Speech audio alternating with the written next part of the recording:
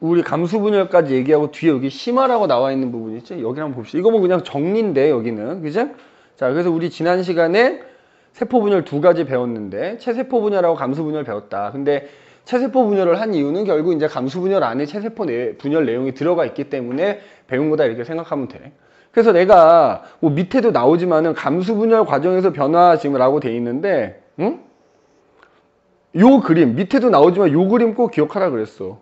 자, 감수 분열에서는 머릿속에 요 그림이 꼭 떠올라야 된다. 요 그림이 떠올라야 된다. 그래서 만약에 요 그림이 문제에 나오거나 혹은 이 그림을 이용해야 될 때는 자, 내가 항상 요 맨 위에 있는 세포는 G 원기 세포를 의미하는 거라 그랬고 두 번째 있는 세포는 무조건 감수 제1분열의 중기를 뜻하는 그림이라 그랬고 그 다음 줄에 있는 세포들은 감수 2분열 중기에 해당되는 세포라 그랬고 마지막 줄에 있는 세포들은 이제 최종적인 딸 세포다 이런 얘기 했었어. 그지? 자, 그래서 지난번 그 다음에 또 이 그림에서 이 각 뭐 얘네들을 기역 니은 디귿 리을로 나타내기도 하는데 요 위에 두 놈들은 무조건 핵상이 뭐라고? 1분열이 끝나기 전이기 때문에 핵상은 무조건 2n이다. 그리고 1분열에서 2분열 그러니까 1분열 끝나고 2분열 될 때는 핵상이 반으로 줄어든다. 자, 그 이유가 여기 나와 있는 거야. 자, 일단 감수분열도 여기서 여기 될 때 중간에 뭐는 거친다? S기는 거치면서 DNA가 복제가 된다고. 그래서 감수분열도 맨 처음에는 간기가 한 번 있는 거야. 근데 여기 두 번째 분열 시에는 간기가 없다 그랬지?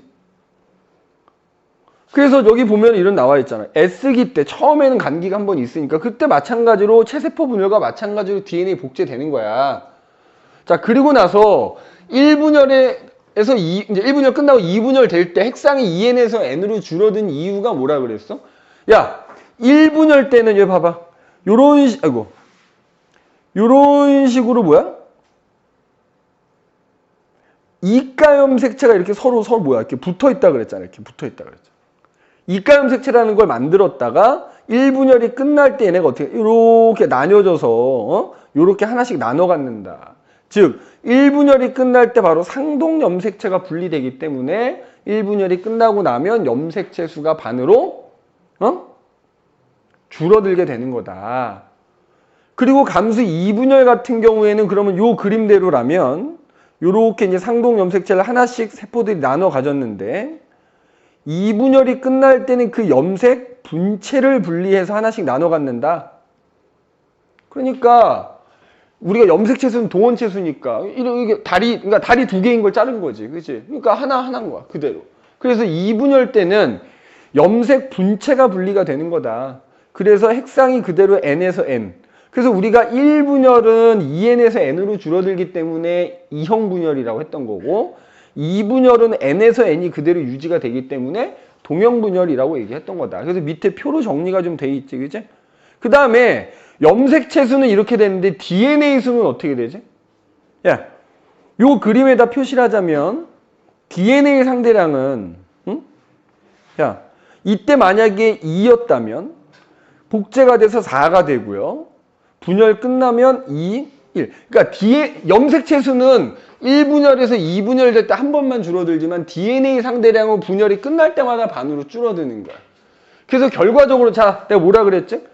세포 분열에서의 모세포는 무조건 G 원기 때 세포를 모세포라고 한다 그랬잖아? 그래서 감수 분열 끝나서 만들어진 딸 세포는 DNA 상대량과 염색체 수가 모세포의 절반이 된다. 이런 얘기 했었지. 그 밑에 이렇게 표로 나와 있는 겁니다. 그지? 여기 보면 나와 있지? 그래서, G 원기 때, 자, 여기도 이런 말 써 있잖아. G 원기 모세포라고 했지. 그지? 그러니까 니네 무조건 모세포는 G 원기 세포인 거야. 그래서 감수 1분열 때는 그 G 원기 세포의 2배가 돼 있다. 그러다가 1분열에서 이제 1분열 끝나고 2분열 될 때는 DNA 상대량이 반으로 줄어든다. 그러니까 상대량만 놓고 보자면은 2분열 중기 때 세포가 모세포하고 상대량이 동일하겠지. 맞지? 뭐 생식세포는 그래서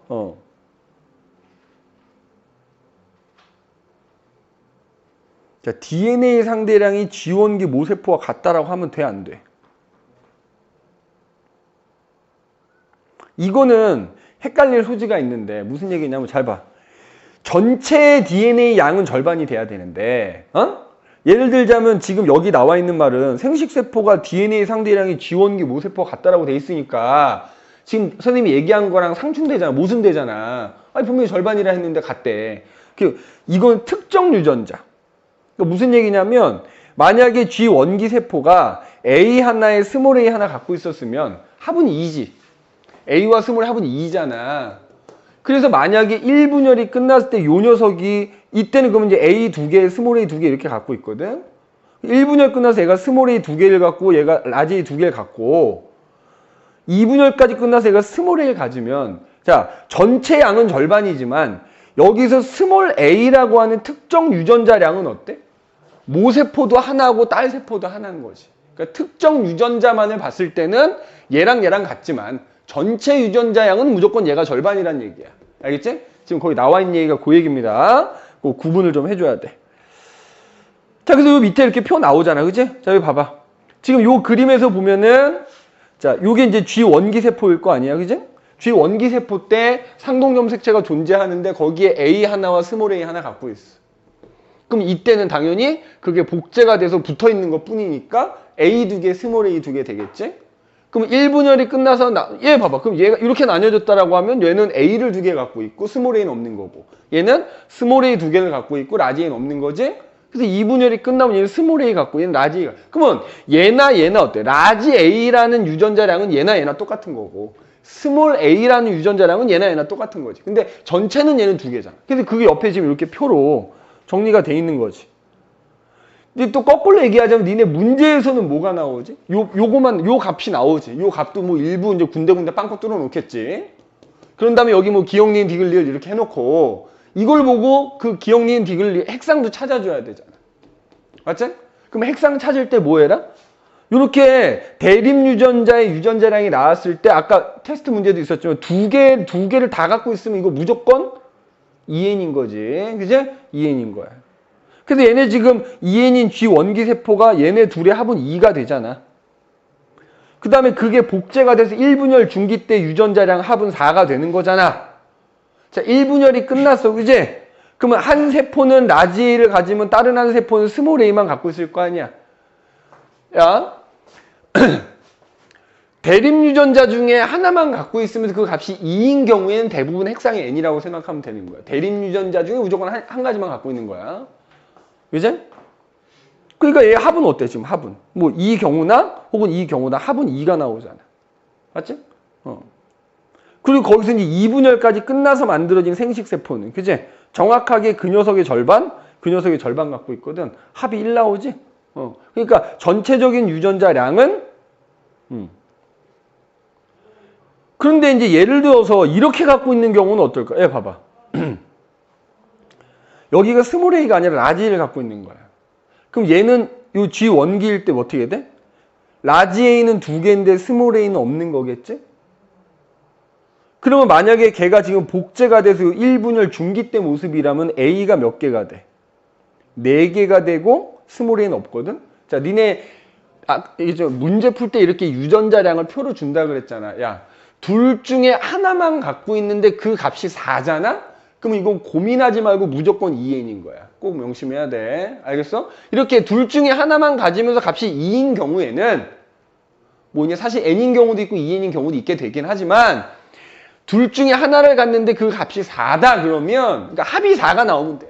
그럼 얘는 무조건 2N인 거야. 무조건. 알겠어? 이런 식이 된다는 거지. 근데 이제 여기서는 자, 이제 또 우리가 뭘 따져야 되냐면 봐봐. 이 염색체가 이 A와 스몰 a라는 유전자가 있는 이 염색체가 사람의 경우에는 상염색체냐 성염색체냐도 구별을 해야 돼. 그러니까 이 A라는 유전자가 남자와 여자가 동일하게 갖고 있는 상염색체 위에 있는 유전자일 수도 있고 상유전자, X염색체 위에 있는 성유전자일 수도 있는 거거든.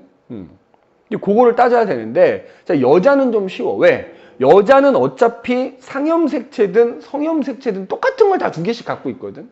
그러니까 여자의 경우에는 그 유전자가 상염색체 위에 있건 성염색체 위에 있건 크게 뭐 저기 없어. 신경 쓸 게 없어. 그리고 유전자량의 합이 자, 그러니까 무슨 얘기냐면 지금 요 밑에 나오는 요 얘기인데 요거. 성별에 따른 성염색체 DNA 상대량 차 이 얘기인데 이런 거야. 여기다 그림을 그릴게.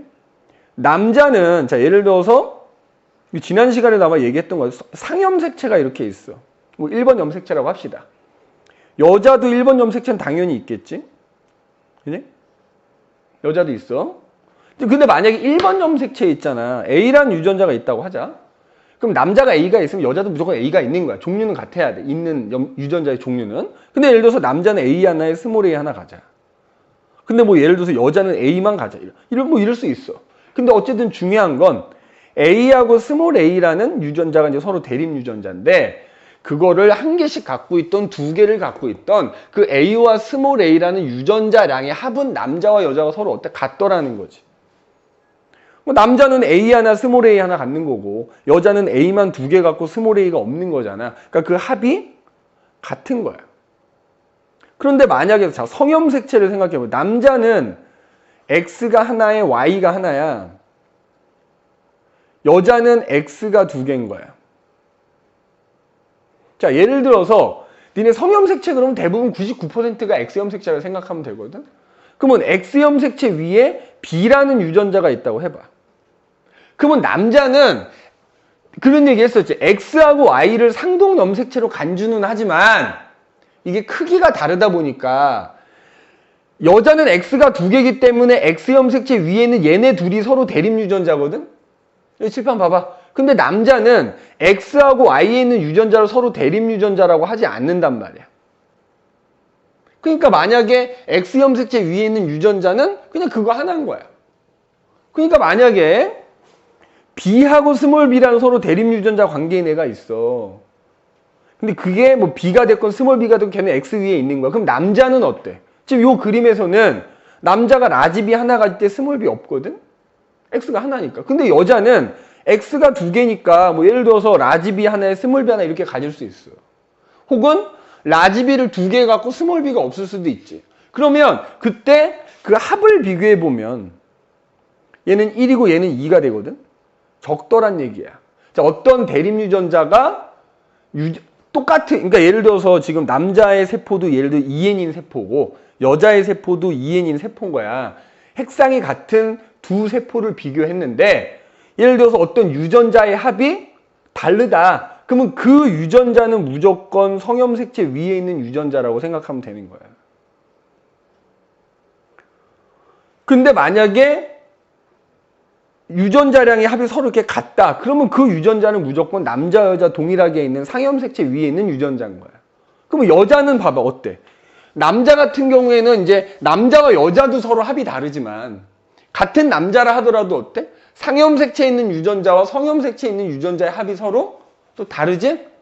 그러니까 합이 적은 유전자가 무조건 X염색체 위에 있는 거다. 근데 여자는 어차피 X도 두 개이기 때문에 상염색체 위에 있는 유전자나 성염색체 위에 있는 유전자나 그 대립 유전자들의 유전자량 합은 서로 같더라는 거야. 같은 세포일 때는. 알겠지? 그게 이제 그 위에 예시로 나와 있거든. 그 다음에 이제 또 뭐가 나오냐면 그러니까 지금 선생님이 얘기한 게 이제 이렇게 표로 나오면 이 표를 보고 이 유전자들이 자, 그럼 봐봐. 방금 얘기했죠. 어머니, 누나, 철수가 있어. 자, 엄마 여자고 누나도 여자인 거잖아.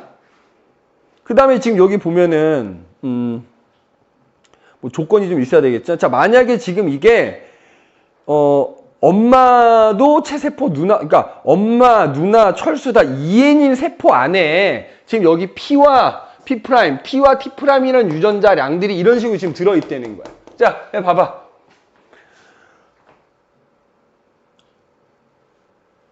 일단 여자하고 남자를 비교를 하는 거야.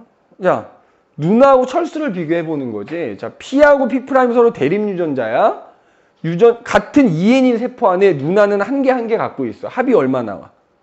2가 나오거든?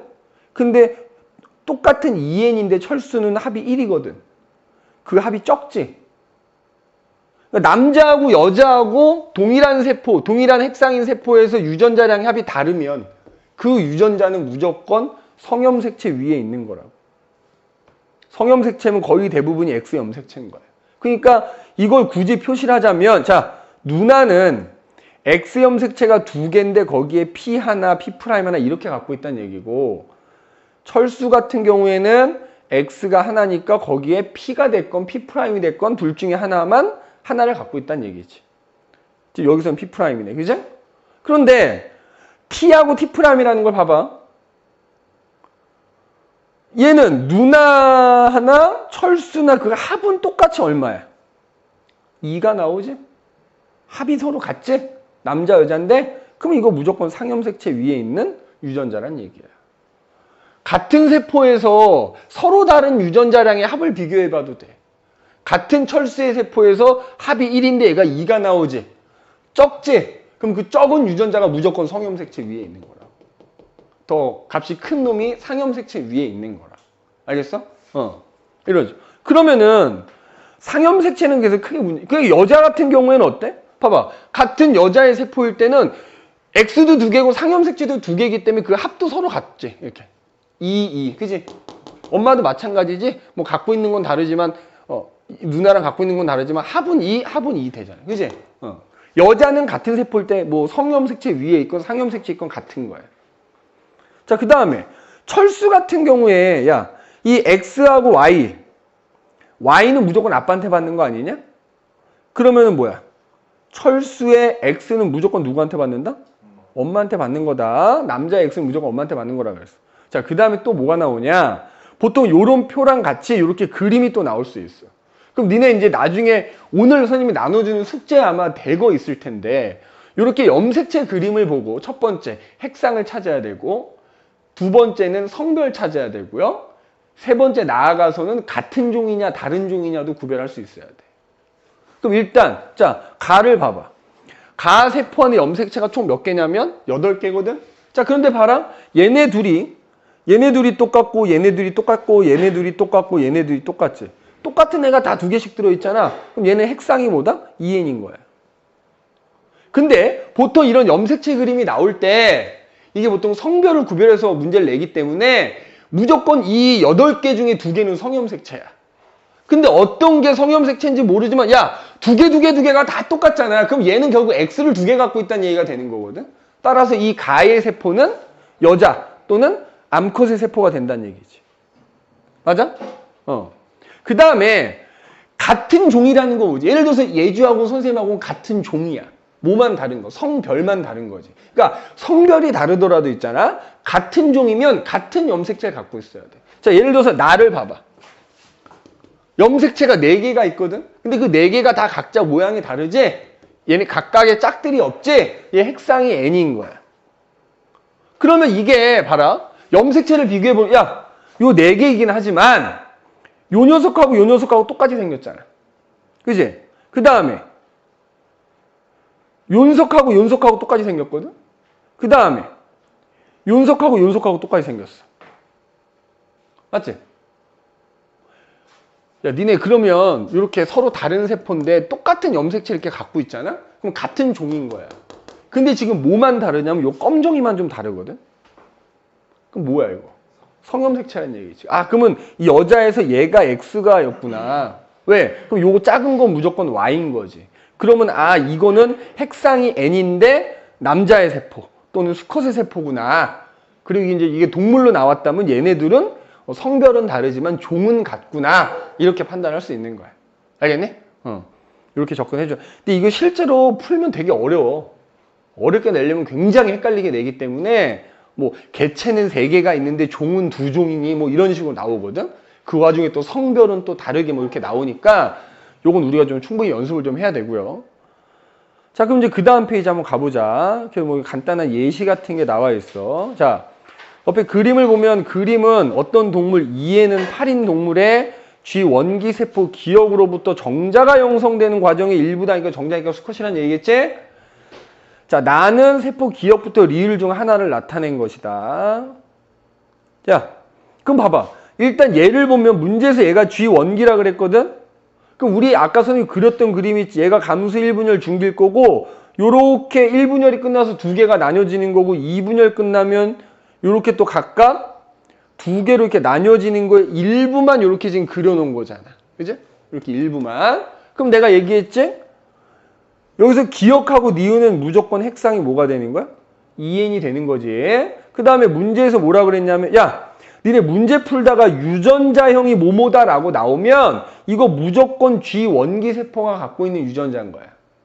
그러면 지금 여기서 G 원기인 세포는 T 하나에 스몰 t 하나 갖고 있다는 얘기거든? 그럼 얘는, 니은은 어떻게 되겠어? 복제가 되내니까 T가 2개, 스몰 t가 2개인 거야. 그 다음에 얘네들 대립 유전자는 각각 상동염색체 같은 위치에 있는데 이때 상동염색체가 분리가 되기 때문에 디귿은 T를 2개를 갖거나 혹은 스몰 t를 2개를 갖거나 둘 중에 하나겠지? 그러면 리을은 T나 스몰 t를 하나, 둘 중에 하나 갖고 있는 거겠지? 그 리을하고 정자는 똑같은 애야. 리을이 잘하면 정자 되는 거야. 그런데 옆에 나를 보자. 야, 그럼 이게 또 어느 식인지 찾아야 되고. 얘들아 잘 봐. 염색체들이 가운데 모여있으면 중기야. 자, 염색체 지금 몇 개니? 4개지. 그런데 상동염색체가 안 보이거든? 그럼 이거 핵상이 뭐야? N이야. 그러면 중기면은 감수분열에서 1분열 중기냐 2분열 중기가 있을 텐데 봐봐. 근데 요 그림에서 얘가 G원기면 얘가 무조건 감수 1분열 중기라 그랬잖아. 그리고 여기서 디귿에 해당되는 애가 감수 2분열 중기가 되는 거거든? 그럼 여기서 나는 뭐야? 2분열 중기란 말이야. 핵상이 N이니까. 그럼 누구다? 디귿의 세포를 나타낸 거다. 자, 옆에 채워봅시다. 기억과 니은은 핵상이 당연히 같다 그랬고. 기억과 디귿에서, 야, 봐봐. 야, 얘하고 얘가 상대량이 같을까? 라지 T에? 얘는 하나잖아. 근데 얘는 2개 아니면 0개잖아. 하나일 수는 없는 거잖아. 어쨌든. 다른 거지 무조건 그러면. 이제 상대량이 같다 그러면 틀린 말. 나는 디귿을 나타낸 거다라고 방금 얘기했었지? 맞고. 야, 그리고 니네 있잖아. 이렇게 세포들끼리 비교했을 때 DNA 상대량이 4배이려면 누구하고 누구, 여기 써놨잖아. 야, 얘하고 얘가 서로 4배 차이 나는 거. 만약에 모세포하고 딸세포를 물어볼 땐 2배 차이인 겁니다. 알겠지? 그래서 4배이다 그러면 무조건 틀린 말이 되는 거지. 자, 하나만 더. 자, 어떤 가족의 체세포 1개당 대립 유전자 A와 스몰 A의 상대량이고 아들과 딸 중 한 사람 세포에 들어있는 4쌍의 염색체를 나타냈대. 자, 우선 여기 세포를 봐봐. 야, 이게 아들과 딸 중에 한 녀석의 세포래. 그럼 봐봐. 야, 2개 서로 이렇게 똑같거든? 그지? 자, 근데 얘만 2개가 서로 다르지? 그럼 이거 무조건 XY인 거야. 그럼 XY다라는 얘기는 누구의 세포를 나타낸 거다? 아들의 세포를 나타냈다는 얘기지. 자, 그 다음에 옆에 유전자량을 봐봐. 지금, 자, 이것도 문제 니네 잘 읽어야 되는 게 체세포라고 돼 있어, 체세포. 그러니까 여기 나와 있는 구성원들의 체세포에 들어있는 유전자량이니까 얘네 핵상은 다 2N인 세포들인 거지. 맞니? 야, 그럼 봐봐. 여기서 엄마하고 아들을 비교해. 똑같은 2N인데 말이야. 거기에 들어있는 유전자량 합을 비교해보라 그랬잖아. 다르지? 아들이 적지? 그럼 이거 무조건 어디 위에 있는 거라고? X염색체 위에 있는 유전자인 거라고요. 그러면 결국에 아들은 X가 하나고 Y가 하나인데 거기에 스몰 A를 이렇게 갖고 있다는 얘기지? 그럼 엄마는 X가 2개일 때 둘 다 스몰 A를 갖고 있다는 얘기지? 그러면 아까도 얘기했지만 아들의 X는 무조건 엄마한테 받는 거야. 그지? 근데 엄마가 지금 X 위에 스몰 A가 2개니까 엄마하고 아빠 사이에 딸이 태어나면 딸도 무조건 스몰 A를 최소한 하나는 가지고 있어야 되는 거야. 맞지? 그러면은 자, 이 딸은 지금 X가 2개인데 스몰 A 하나, 라지 A 하나 갖고 있는 거거든? 야, 요거는 분명히 엄마한테 온 거잖아. 스몰 A가. 그럼 라지 A가 아빠한테 온 거네. 그지? 그러면 아빠가 라지 A를 무조건 하나 갖고 있어야 되는 거지. 근데 라지 A는 X 위에 있는 거 아니야? 아빠는 X가 하나인 사람인 거잖아. 거기 위에 A 하나 갖고 있으니까 스몰 A는 없어야 되는 거지. 맞니? 이런 식으로 차근차근 찾아줘야 돼. 자, 기억 더하기 니은은 디귿과 같니? 맞네. 기억이 1이고 니은이 0이니까 디귿 1이었어요. 맞네. 그림의 세포에는 A가 야, 우리가 지금 A가 X염색체 위에 있는 거라는 거 알아냈는데 지금 이게 아들의 그림이란 말이야. 아들은 X 위에 뭐가 있어야 돼? 여기 스몰 A가 있어야 되는 거야. 그러면 라지 A가 존재한다 그러면 틀린 말이 되는 거지. 자, 그 다음에 아버지가 아들에게 스몰 a를 물려줬다? 이거 x 염색체 위에 있는 거잖아. 아들의 x는 무조건 엄마한테 받는 거라 그랬어. 아빠한테 받을 일은 없는 거죠. 0%인 거야. 알겠니? 자, 이런 유형의 문제 우리 많이 연습해야 돼. 알겠어? 이거보다 훨씬 어렵겠지? 훨씬 어렵게 나오니까 우리가 뭐 숙제라든가 혹은 선생님 진도가 좀 빨리 나가면 문제 푸는 시간 따로 마련해서 이런 유형의 문제 또 풀어볼 수 있도록 할 겁니다. 자, 잠깐 쉬었다가 이제 오늘 교재 좀 나눠주도록 할게. 오늘 교재.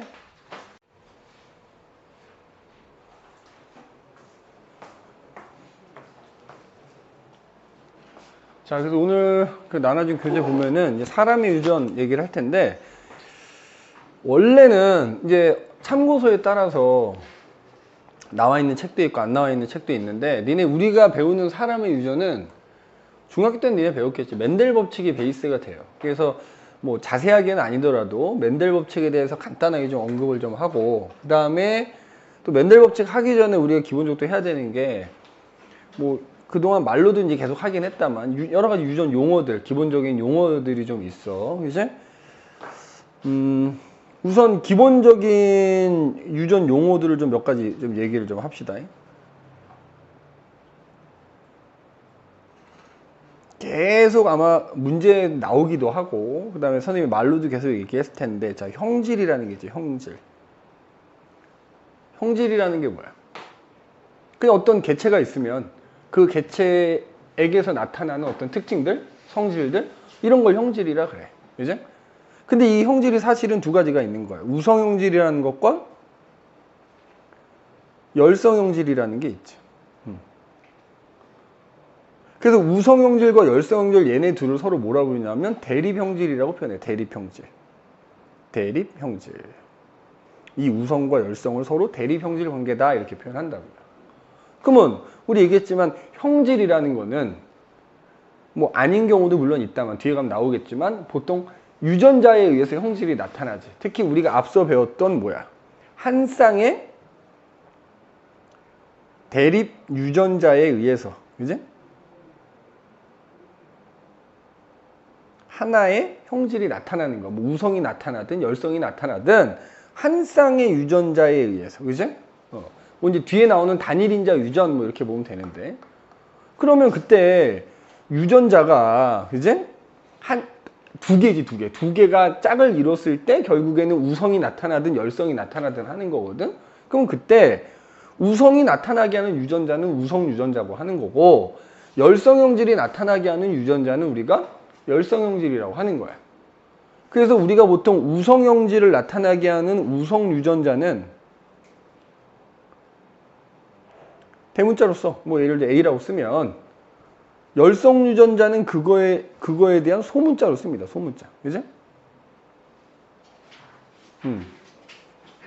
그럼 어쨌든 이 두 개를, 그래서 우리 알다시피 이 둘을 뭐라 부르는 거? 대립 유전자라 부르는 거지. 그지? 그러면 그 대립 유전자가 어쨌든 이렇게 A와 스몰 A 두 종류가 있으면 걔네들 두 종류 중에 두 개가 짝을 이뤄서 하나의 형질이 나타나는 거야. 그래서 그거를 지금 얘기한 이 알파벳으로 표현하는 걸 우리가 뭐라고 하는 거야? 유전자 형이라고 하는 거죠. 유전자 형. 그래서 예를 들어서 만약에 어떤 생물이 A가 두 개가 짝을 이룬 거지. 그래서 형질이 하나 나타날 수도 있고, 혹은 열성 유전자 두 개가 짝을 이뤄서 형질이 나타날 수도 있겠지. 맞아? 그 다음에 경우에 따라서는 우성 유전자 하나와 열성 유전자 하나가 짝을 이뤄서 형질이 나타날 수도 있어. 유전자형이라는 건 이런 식으로 그 개체가 갖고 있는 유전자들을 이렇게 짝지어서 표현해 주는 거를 유전자형이라고 하는 거야. 그러면 그때 그 유전자들 두 개가 짝지은 것에 의해서 실제로 이제 겉으로 나타나는 형질이 있을 거 아니야. 자, 그걸 뭐라고 해? 표현형이라고 하는 거지. 표현형. 그지? 자, 참고로 표현형 얘기하기 전에 요걸 또 하나 얘기해야 되는데, 근데 이렇게 유전자형 썼을 때 있잖아. 얘네처럼 대문자끼리 짝을 이루고 있던 소문자끼리 짝을 이루고 있던 같은 유전자끼리 짝을 이루고 있는 경우에는 우리가 이걸 뭐라 그래? 동형접합 또는 뭐 호모 또는 순종이다 이런 표현을 쓰고요. 이렇게 서로 다른 유전자가 짝을 이루고 있는 경우에는 유전자형이 이형접합이다 이런 표현을 쓰고, 또는 잡종이다 뭐 이렇게 얘기하기도 하는데, 뭐 요즘엔 잡종이란 표현보다는 그냥 이형접합이라는 표현으로 주로 쓰니까 뭐 이형접합이다 이렇게 기억해두면 돼. 그럼 어쨌든 이렇게 동형접합을 이루건 이형접합을 이루건 실제로 그 유전자들에서 이제 겉으로 나타나는 형질이 있을 거 아니에요. 그걸 뭐라고 한다고? 표현형이라고 한다고. 표현형. 표현형. 그럼 자 생각을 해봐. A 두 개가, 자 우성 유전자 두 개가 짝을 이루면 당연히 이 사람은 우성 형질이 겉으로 표현이 되겠지. 맞지? 열성 유전자끼리 짝을 이뤘을 때는 당연히 열성 형질이 겉으로 표현이 되는 거야. 근데 문제는 이제 누구냐면 얘야. 유전자형이 이형접합인 경우에는 그러면 어떻게 되느냐? 자, 이게 맨델 법칙하고 관련이 있는데 좀 이따 맨델 법칙 세 가지 간략하게 정리할 텐데, 첫 번째 우열의 원리라는 게 있거든. 자, 맨델이라는 사람도 그때 당시에는 염색체의 존재도 모르고 뭐 유전자라는 개념도 없었지만은 유전인자라고 표현을 했는데, 맨델은 그렇게 생각한 거야. 완두 갖고 실험을 했으니까 그 완두콩을 이루고 있는 완두 그 생식세포 안에는 이 유전인자들이 이렇게 들어있다 이거야. 두 개씩 짝을 이뤄 들어있는데, 걔네가 이제 생식세포 만들 때는 그 유전인자가 분리가 된다라고 생각을 한 거지. 분리가 돼서 생식세포가 만들어졌는데, 그럼 그 생식세포가 또 다른 결합을 하면 결국 그 유전인자 두 개가 다시 짝을 이룬다 이거야. 그랬을 때 만약에 얘처럼 서로 다른 유전인자, 지금은 유전자라고 표현하면 되는데 서로 다른 유전자가 짝을 이뤘을 때는 맨델은 뭐라 생각했냐면, 한 유전인자가 다른 유전인자를 억제할 거다. 그래서 한 유전인자만 표현될 거다. 그래서 그걸 우리가 그러면 이렇게 두 개가 짝을 이뤘을 때 그 겉으로 표현되는 놈을 우성이라고 부르자 우리가 약속한 거야. 근데 실제로 우성 형질의 정의는 뭐 잡종 1대에서 표현되는 형질이다 뭐 이런 뜻이 있거든. 그래서 이런 경우에는 우성 형질이 겉으로 표현이 된다. 그래서 어쨌든 우성이 표현되든 열성이 표현되든 겉으로 표현되는 것을 표현형이라고 하는 거지. 그럼 아까 얘기했지만 이제 대문자끼리 짝지었을 때 우성 형질이 표현이 되겠지? 소문자끼리 짝지었을 때는 열성 형질이 표현이 돼 있겠지? 자, 그러면 봐봐. 유전자형, 자, 얘하고 얘는 어때? 얘하고 얘는 유전자형은 다르지만 표현형은 같다. 이렇게 얘기하는 거야. 유전자형. 그래서 우리가, 표현형 표시할 때 보통 유전자 이용해서 표현형 표시할 때는 대괄호. 그래서 만약에, 자, 여기다 쓸까? 우성 형질에 대한 표현형을 나타낼 땐 이렇게 나타내요. 예를 들어 지금 여기 A라는 유전자를 썼잖니? A 아래 봐. 이렇게. 이러면 이제 우성 형질이 표현됐다는 뜻이야. 왜? 이형접합일 때는 우성과 열성이 짝을 이루면 결국에는 우성이 열성을 눌러서 우성이 표현되니까 우성 유전자 하나만 있으면 아래 반은 아무거나 와도 상관없다는 얘기거든. 뒤에 대문자가 오든 소문자가 오든 결국 겉으로는 우성이 나타난다는 거지. 근데 열성인 경우에는 무조건 열성 유전자끼리 짝을 지었을 때만 나타나기 때문에 걔의 표현형은 보통 이렇게 이렇게 표현한다는 거야. 알겠지? 그러니까 만약 이렇게 대괄호 돼 있고 이렇게 써져 있으면 열성 형질이 표현됐다는 뜻이야. 그리고 이렇게 대괄호 돼 있고 대문자 하나 써져 있고 아래 바 써져 있으면 우성 형질이 표현됐다는 뜻입니다. 그 다음에 뭐 이것까지는 이제 보통 중학교 때 많이 얘기를 하지요. 뭐 유전자형이니 표현형이니 뭐 우성 형질이니 열성 형질이니 하는 거. 그 다음에 또 이제 하다 보면 이런 말도 종종 나오거든. 니네 이제 어떤 형질에 대해서 얘기할 때 단성이냐 양성이냐 뭐 이런 말이 또 나올 때가 있어. 단성이라는 건 뭘까? 단성. 니네 왜 숫자도 보면 단수복수 이렇게 얘기하잖아. 하나란 뜻이지. 그러니까 야, 우리 완두 니네 중학교 때 배웠으니까 완두 생각해봐. 완두가 있잖아. 뭐 모양이 둥그냐 주름지냐 색깔이 황색이냐 녹색이냐 키가 크냐 작냐 여러 가지 형질들이 있잖아. 완두에게서 나타나는. 그러면 완두에게서 나타나는 여러 가지 형질 중에 한 가지 형질에 대해서만 얘기할 땐 단성이라고 표현하는 거야. 단성. 한 가지 형질.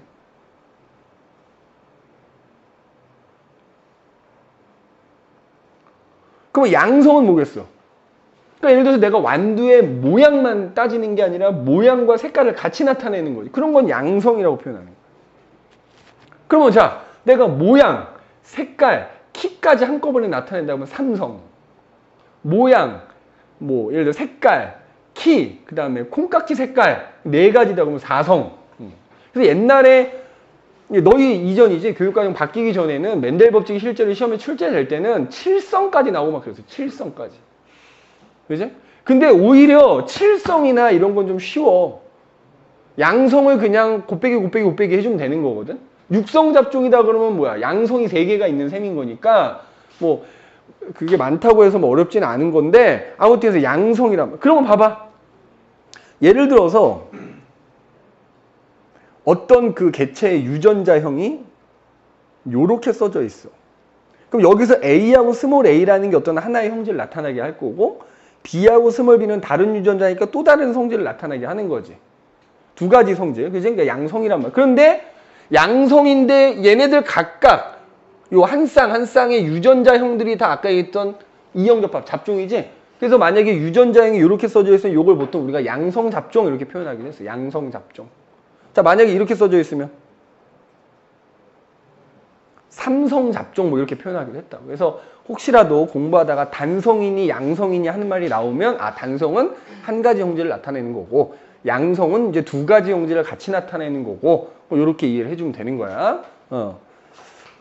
그러니까 단성은 유전자 한 쌍, 양성은 서로 다른 유전자 2쌍을 같이 나타내는 거다. 이렇게 생각하면 되겠지, 이제?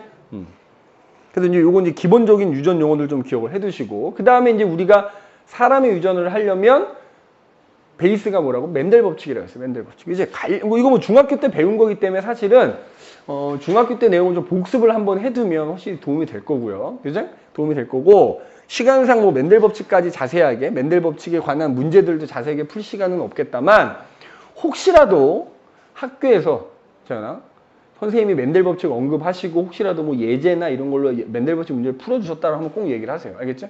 그럼 그때 가서 좀 추가로도 다루는 걸로 할게. 일단 맨델 법칙 그러면 3가지가 있어. 자, 맨델 법칙 3가지.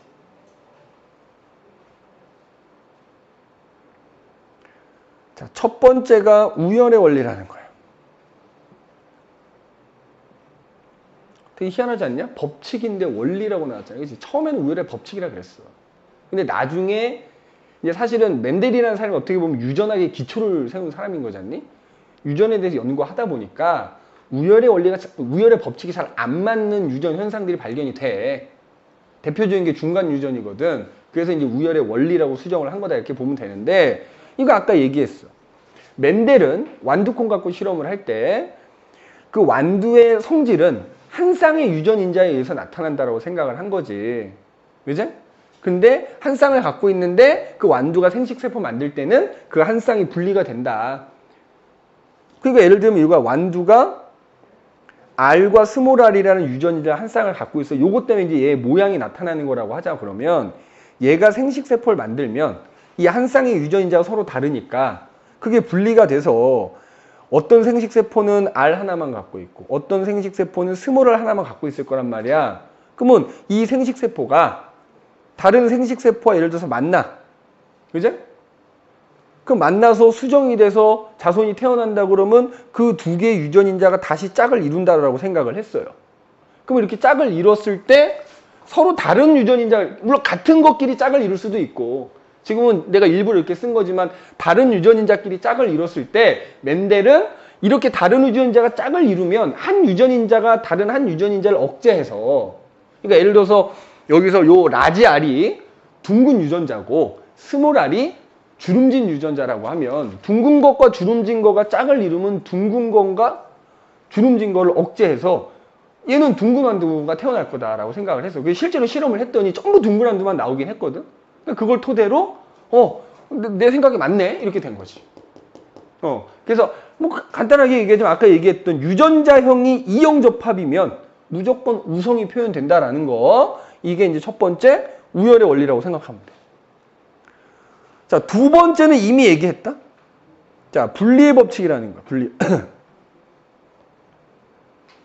자, 분리는 뭐겠어? 분리는 분리된다는 얘기잖아.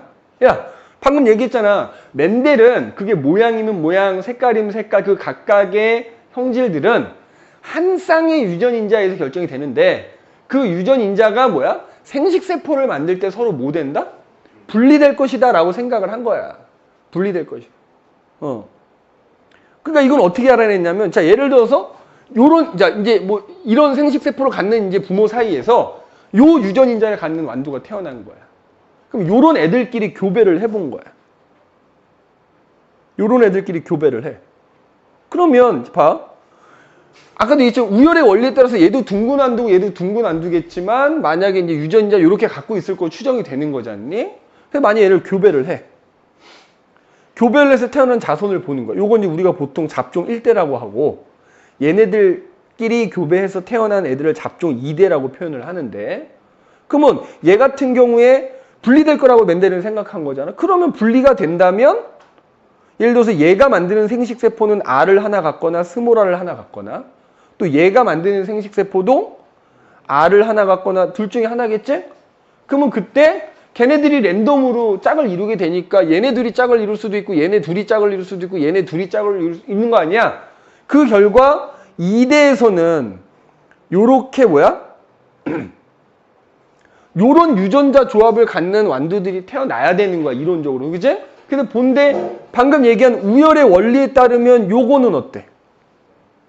우열의 원리를 적용하면 전부 둥근 안두일 거 아니야. 그러니까 멘델은 둥근 안두하고 결국 주름진 안두는 1대에서는 아무리 내가 많이 수확을 해도 주름진 안두는 절대 수확할 수가 없는데 이런 애들을 교배를 하면 2대에서는 주름진 안두가 둥근 안두랑 비교했을 때 약 3대1의 비율로 수확이 될 것이다 라고 생각을 했는데 실제로 그렇게 실험을 해서 수확을 해보니까 실제로 둥근 안두하고 주름진 안두가 3대1의 비율로 수확이 된 거예요.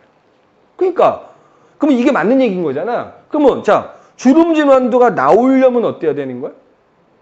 얘네들이 이렇게 섞여 있을 때는 절대로 주름진 안두가 안 태어났는데 주름진 안두가 태어났다는 건 요노 둘이 짝을 이뤘다는 얘기잖아. 그러려면 요 둘이 짝을 이뤄야 되는 거잖아. 그러려면 얘네 분리가 돼야 되는 거잖아. 이렇게. 분리가 됐구나. 유전인자가 서로 분리되는구나. 생식세포 만들 때. 그게 분리의 법칙인 거야. 자, 세 번째는 뭐냐? 세 번째는. 그래서 분리의 법칙은 소위 말하는 잡종 2대에서 나타나는 결과를 우리가 알 수 있는 거고 잡종 1대에서 나타나는 결과는 이제 우열의 원리를 뒷받침해주는 결과인 거야. 독립의 법칙은 뭐냐면 이게 세 번째가 이제 독립의 법칙인데 자, 말 그대로 봐. 독립적이라는 거야. 그러니까 지금 예를 들어서 선생님이 예를 든 거는 이제 완두의 모양만 갖고 얘기를 한 거잖아. 근데 예를 들어서 이 완두가 둥근 완두인데 모양이 둥글면서 또 색깔도 있을 거 아니야. 그럼 아까 선생님이 얘기했던 뭐 양성을 따져보는 거야. 양성. 그러니까 모양과 색깔을 같이 고려를 해보는 거지. 근데 멘델은 결론적으로 무슨 생각을 했느냐? 모양을 결정하는 유전인자하고 색깔을 결정하는 유전인자는 각각 분리돼. 그래서 각각의 형질에 영향을 주지 않는다는 거. 자, 아까 얘기했지. 멘델은 당시에 염색체라는 유전자라는 개념 몰랐다 그랬지. 근데 나중에 실제로 그게 밝혀졌잖아. 염색체라는 게 있어서 그 유전자라고 하는 게 염색체 위에 있다. 그러니까 무슨 얘기냐면 우리가 배운 걸로 얘기를 하자면 이거야. 멘델은 이렇게 생각하는 셈인 거. 염색체가 상동염색체가 이렇게 있어. 그지? 상동염색체가 있으면 상동염색체 뭐 이렇게 여러 쌍이 있을 거 아니니? 사람 같은 경우 23쌍이니까. 그럼 멘델은 어떻게 생각하는 셈이냐면 만약에 모양을 결정하는 유전인자는 요 염색체에 있다면 색깔을 결정하는 유전인자는 또 다른 염색체에 이렇게 있는 거야.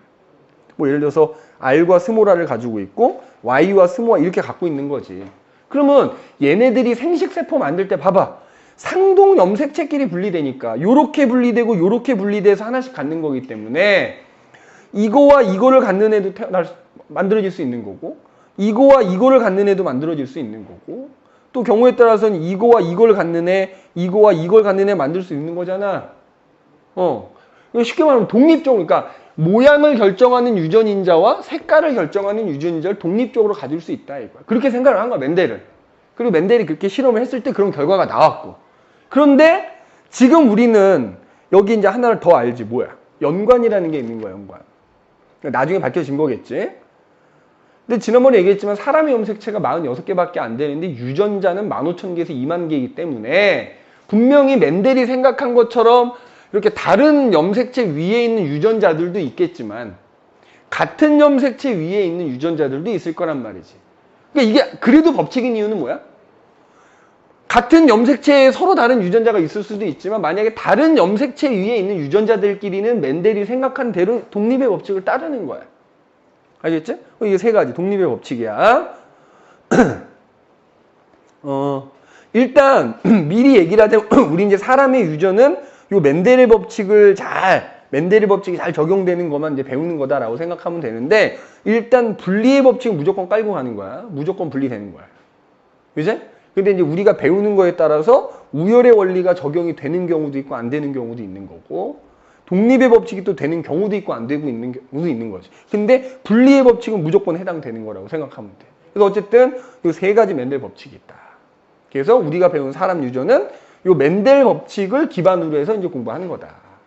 그럼 이제 계속 얘기를 했지만 멘델은 이 법칙을 완두를 사용해서 연구를 한 결과 이제 발표를 한 거잖아. 그러면 멘델이 완두를 사용한 이유가 뭐냐? 자, 멘델이 참고로 저거였다 그러지 수도사였대. 수도사. 수도원에서 이제 그 수도 생활을 수도사니까 형편이 넉넉지 않겠지. 그 일단 이 사람이 실험을 할 때 뭐야? 싸고 쉽게 구할 수 있는 걸 이용해야 되는 거야. 그래서 완두를 이용한 거지. 게다가 야 완두 그 수도원에 있는 텃밭에다 이제 완두 뿌려서 실험을 하는 거지. 그랬더니 어때? 잘 자라. 하나 뿌리면 막 수십 개씩 열려. 그지? 그리고 기본적으로 유전이라는 게 뭐야? 부모에게서 자식에게 어떻게 물려지는지 내가 관찰을 해야 되잖아. 소위 말하면 우리가 보통 태어나서 죽을 때까지 한 세대라고 하잖니? 완두는 세대가 짧은 거지. 내가 심어서 금방 수확해서 또 그 자손을 또 금방 수확할 수 있어. 여러 세대를 짧은 기간 동안 볼 수 있는 거야. 그리고 완두는 어때? 얘 둥근 완두가 하나 있고 주름진 완두가 하나 있어. 내 마음대로 교배시켜 보는 거지. 뭐 둥근 놈 주름 교배시켜 보고 둥근 놈 교배시켜 보고 자유롭게 교배도 할 수 있고. 그죠? 그런 이유 때문에 이제 멘델이 완두를 가지고 연구를 한 거야. 또 하나. 완두는 소위 말하는 아까 얘기했던 우성과 열성이라고 하는 대립 형질이 굉장히 뚜렷했지. 뭐 둥근 거 아니면 주름진 거.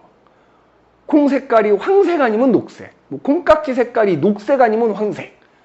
얘네들이 다 자라서 수확하기 직전에 크든지 작든지 명확히 구분되고 이런 식으로 대립 형질이 또 뚜렷했고 구하기 쉬웠고 재배하기 쉬웠고 한 세대가 짧았고 그 다음에 많은 그 자손을 쉽게 말하면 수확할 수 있었지.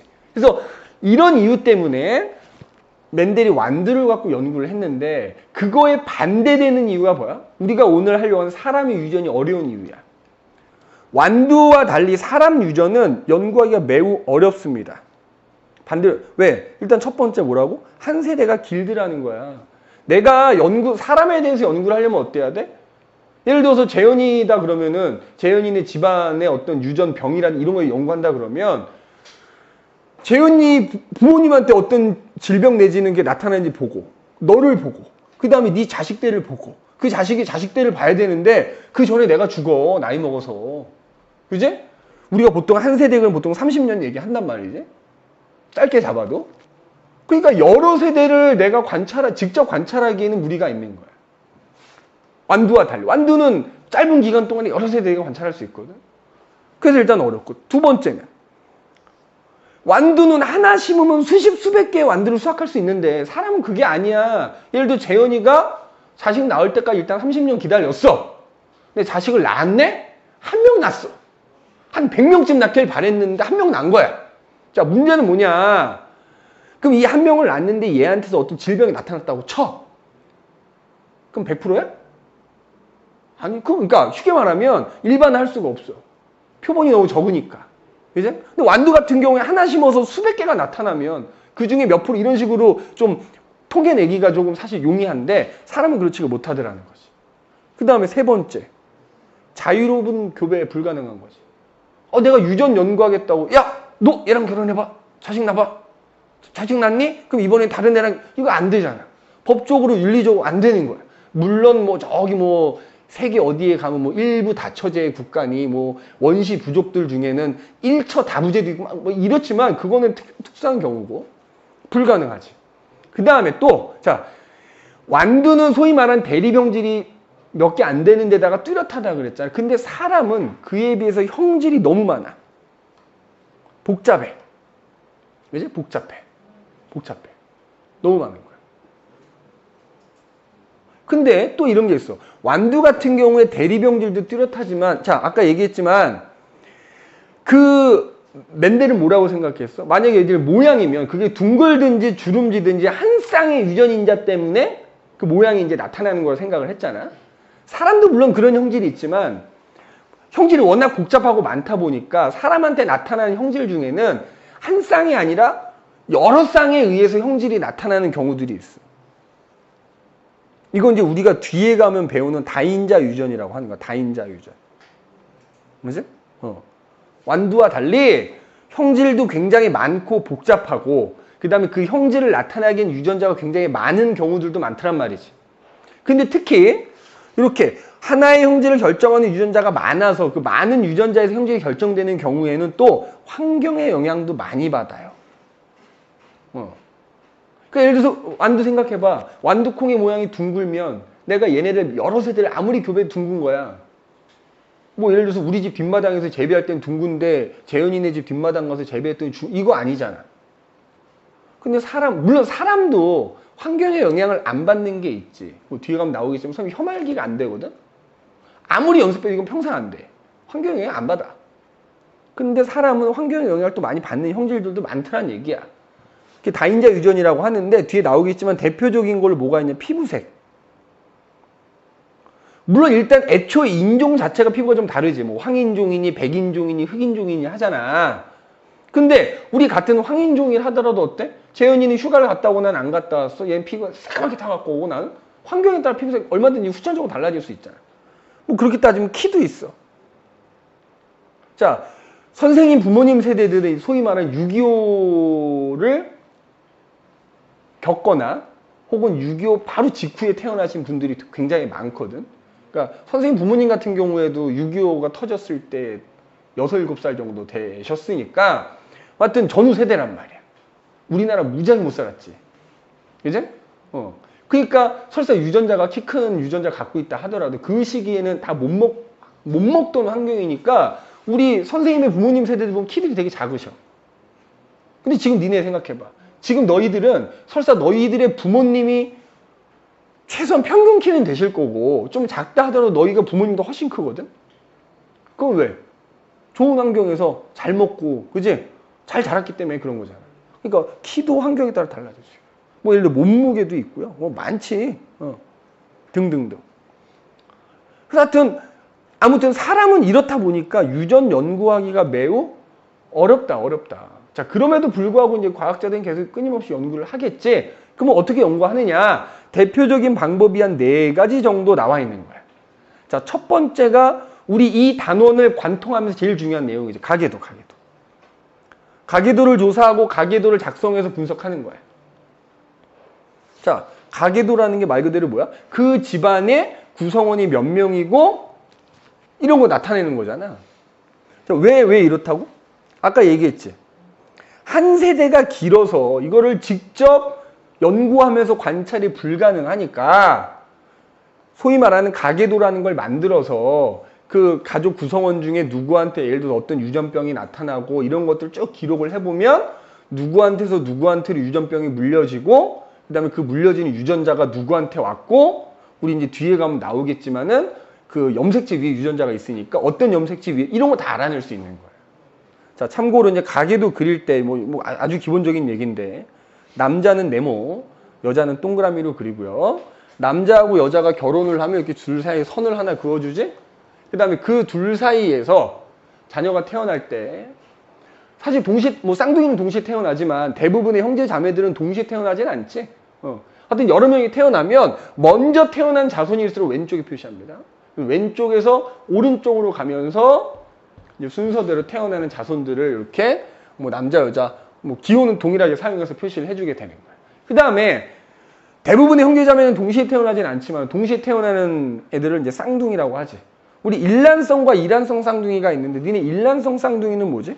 자, 정상적으로 아빠의 정자 하나와 엄마의 난자 하나가 만나서 수정이 됐어. 자, 수정란이 된 거야. 그럼 이제 수정란이 소위 말하는 세포분열하지.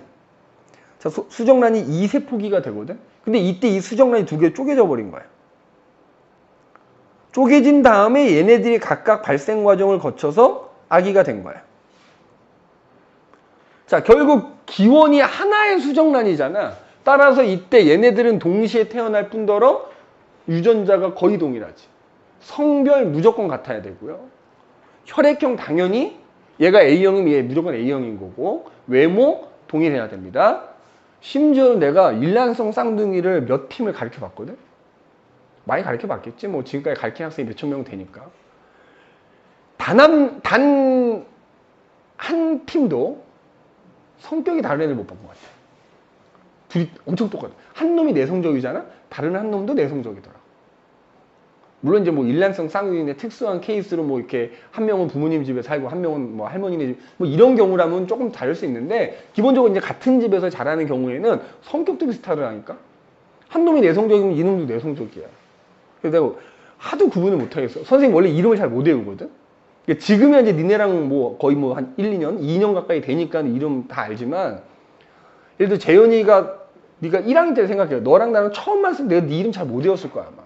한 2, 3주 걸리거든. 그럼 근데 일란성 쌍둥이가 맞잖아. 물어봐.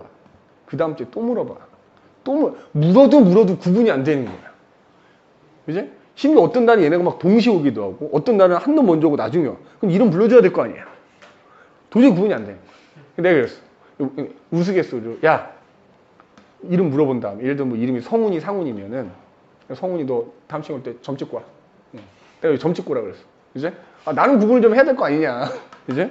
물론 이제 웃자고 한 얘기지만. 그래서 일란성 쌍둥이는 하여튼 다 동일하고 하나의 수정란으로부터 이제 갈라져 나온 거니까 가계도를 표시할 때도 봐봐. 하나였다가 둘로 나뉘어진 거잖아. 그래서 니네 봐라. 당연히 얘가 딸이면 얘 무조건 딸이어야 되고 얘가 남자면 얘 무조건 남자여야 되는 거지. 성별 동일하게 표시해줘야 되는 거야. 여기를 여자로 표시했으면 여기도 여자인 거지. 그지? 그 다음에 일란성은 뭘까? 일란성. 자, 일란성은 특이하게 뭐냐면 엄마 몸에서 난자가 2개가 동시에 배란이 된 거지. 그랬을 때 아빠의 정자 2개와 각각 수정을 한 거야. 그럼 니네 봐라. 엄마가 몸에서 난자 2개를 동시에 배란했다 하더라도 이 난자와 이 난자가 유전자 좀 달라. 그리고 아빠 몸에서 1억 마리의 정자가 엄마 몸으로 들어왔어도 그 1억 마리의 정자들이 다 유전자가 조금씩 다르단 말이야. 그러니까 결국에는 이제 2개의 수정란이 되더라도 이 수정란이 유전적으로 동일하지는 않다는 얘기야. 즉 그냥 일반적인 형제 자매야. 단지 태어나는 것만 동시 태어나는 것 뿐이야. 그렇기 때문에 일란성은 일란성과 달리 성별이 다를 수도 있는 거야. 형제 자매라 그랬잖아. 동시에 태어나는 것 뿐이다. 이제 동시에 태어나는 것 뿐이다. 자, 요즘은 있잖아. 결혼을 워낙 늦게들 하지 않니? 그리고 이제 뭐 환경적인 것도 있겠다만 그래서 아기들을 잘 못 가져. 그러다 보니까 이제 그 신혼 부부들이 이제 불임, 난임이라고 하잖아. 시험관 시술이라는 걸 많이 받아. 그러니까 여성에게서 미리 난자를 이제 주사를 놔가지고 그러니까 강제로 배란을 시켜. 그 다음에 이제 그 신랑의 정자를 채취를 해. 그래서 시험관 안에서 수정을 시켜. 그 다음에 그걸 다시 엄마 뱃속에 넣어줘. 그럼 착상이 되면 임신이 되는 거야. 그래서 그렇게 시험관 시술을 하는 경우에 쌍둥이가 많이 태어나거든. 그렇게 태어난 쌍둥이 대부분 이란성 아니면 삼란성이야. 왜냐면 엄마 몸에서 난자를 강제로 뭐 3, 4개씩 뺀 거잖아. 그지? 되게 고통스럽대. 선생님은 이게 경험해보지 못했을 거 아니냐. 그 시험관 시술 해본 사람들 얘기를 들어보면 이게 주사 맞고 강제로 배란하는 거잖아. 굉장히 힘들대. 그러니까 그게 참 그렇게 태어난 아이들은 부모님한테 더더욱 감사해야 되는 거예요. 그렇게 힘든 과정을 거친 거니까. 아무튼 그러니까 얘네들은 애초에 수정란이 2개잖아. 그러니까 가계도 그릴 때 애초에 2개로 그리면 돼 이렇게. 자, 여기는 지금 둘 다 여자로 돼 있지만 얘 같은 경우엔 여기가 아들이고 딸이어도 되고 뭐 딸이고 아들이어도 상관없는 거야. 일란성은 성별 다를 수 있다는 거지. 성별 다를 수도 있고 모두 다를 수도 있어. 뭐 예를 들어 혈액형 같은 것도 다를 수 있는 거야. 물론 이제 혈액형이 다르다고 해서 뭐 유전적으로 나올 수 없는 혈액형이 나온다는 의미는 아니고, 그제? 유전적으로 나올 수 없는 그제? 아, 근데 실제 그런 경우 있다고. 혈액형 검사하는 방식 굉장히 많대요. 우리는 그 중에 2가지만 배운 거잖아. 그러니까 뭐 시스형도 있고 막 되게 여러 가지래. 그러니까 그 왜 둘 다 A형인데 B형 태어나잖아. 그지? 그럼 이제 막 집안이 난리가 나는 거잖아. 근데 그게 간혹 진짜 정말 특이하게 그런 케이스가 있을 수 있더라는 거야. 있더라는 거야. 근데 아마 일반적으로는 그렇다. 자, 그 다음에 이제 이렇게 가계도가 여기 지금 이거 예시로 나와 있지만 이렇게 여러 세대를 그리지. 그래서 이제 같은 가로줄이 같은 세대를 의미하는 거야. 같은 세대를 의미하는 거고, 그래서 이제 그 구성원들이 뭐 예를 들어 어떤 유전 질환을 앓고 있다거나 유전병을 앓고 있는 경우에 보통 이렇게 색칠을 하지. 색칠을 하거나, 너희 시험지는 흑백이니까 보통 빗금으로 쳐져 있거나 회색으로 음영 처리돼 있거나 보통 요러는 거야. 그 다음에 또 하나 얘기하자면 가계도에서 이제 구성원에다가 보통 번호를 붙여. 문제 출제할 때. 자, 번호 붙일 때는 왼쪽에서 오른쪽 붙여주는 거야. 그러니까 예를 들어서 지금 여기 있는 가계도에다 번호 붙인다 그러면 이게 1번이면 2번인 거야. 그럼 여기가 3번인 거고 4번, 5번, 6번, 7번, 8번, 9번, 10번, 11번 이렇게. 왼쪽에서 오른쪽에서 위에서 아래로 내려가면서 일련 번호를 붙여주는 겁니다. 그래서 문제에서는 보통 뭐 구성원 1과 5니 뭐 1과 7이니 뭐 이렇게 나오지. 번호 붙이는 것도 나름의 규칙이 있다. 이제 규칙이 있다라는 거고, 물론 이제 다음 시간에 이 가계도 분석에 대해서는 자세히 얘기를 하겠다만, 그래서 일단 이렇게 가계도라는 걸 만들어서 연구를 한다. 그 다음에 또 하나. 그래서 이제 뒤에 가면 우리가 얘기할 핵심적인 거 이제 가계도 분석은 따로 한다 그랬잖아. 가계도가 나오면 우선적으로 해야 되는 게 있어. 가계도를 통해서 어떤 형질이 우성인지 열성인지 먼저 파악을 해줘야 돼. 그러니까 알 수 있다는 얘기지. 가계도를 보면 어떤 유전병이다라고 하면 그 유전병이 우성인지 열성인지 알 수가 있고요. 또 하나는 그럼 그 형질을 나타나게 하는 유전자가 상염색체 위에 있는지 성염색체 위에 있는지도 우리가 알아내야 돼. 그러니까 알 수 있다는 얘기야. 그래서 가계도에서는 그 다음에 이제 그걸 토대로 만약에 이 둘 사이에서 뭐 동생이 또 태어난다면 혹은 자녀가 한 명 더 태어난다면 그 자녀에게서 어떤 형질이 나타날지도 예측할 수 있다는 얘기지. 또는 그 확률도 그러니까 확률적으로 이제 유추할 수 있다는 얘기지. 그래서 이렇게 이제 가계도 왜 한 세대가 길기 때문에 가계도를 만든다. 두 번째는 자 쌍둥이 연구가 나오네. 아까 뭐 일란성이 있고 이란성이 있다 그랬잖아. 자 아까 사람은 형질이 굉장히 다양하고 복잡하고 심지어는 환경의 영향을 또 많이 받는 게 있다 그랬잖아. 특히 쌍둥이 연구는 여기 나와 있지. 어떤 형질이 환경의 영향을 얼마나 받는지를 알기 위해서 하는 거야. 그래서 여기 보면 나와 있지만 일치율이라는 걸 조사해. 일치율. 쌍둥이들 사이에 어떤 특정 형질이 얼마나 일치하는가를 보는 거야. 그래서 만약에 이게 간혹 내신으로는 종종 나오거든. 숫자로 줘, 숫자. 일치율이 1이다 그러면 뭐야? 어떤 예를 들어서 뭐 이런 거 혐알기야. 혐알기인데 내가 쌍둥이들을 한 100쌍을 초대를 했어. 이 대상으로 연구를 하는 거지. 그죠? 그러면 쌍둥이들마다 어때? 사는 환경들이 조금씩 다 다를 거 아니야. 그럼 그랬을 때 그 쌍둥이들이 혐알기가 되나 안 되나 따져보는 거지. 그랬더니만 환경이 같던 다르던 혐알기는 뭐 그냥 환경에 상관없이 되고 안 되고가 나타나더라. 그럼 일치율이 1인 거야. 그러니까 일치율이 1이면 환경의 영향을 거의 안 받는다는 거고요. 일치율이 0에 가까울수록 환경의 영향을 많이 받는다는 얘기야. 환경 영향을 많이 받는다는 얘기고 일치율이 1이면 환경 영향을 거의 안 받는다는 얘기고 이런 식으로 그래서 각 형질에 대해서 그 일치율을 조사를 해보면 쌍둥이에게서 그 나타나는 형질을 가지고 어떤 형질이 환경의 영향을 얼마나 받는지도 우리가 알아낼 수 있다는 얘기야. 그래서 이런 것 때문에 쌍둥이 연구를 한다라는 거고요. 자, 세 번째는 집단조사. 아까 얘기했죠. 자손수가 적단 말이야. 그러니까 그 적은 자손을 가지고 그 자손에게서 나타나는 어떤 형질을 일반화하기가 어렵더라는 거지. 그러니까 사람 같은 경우에 어차피 종이 한 종밖에 없거든.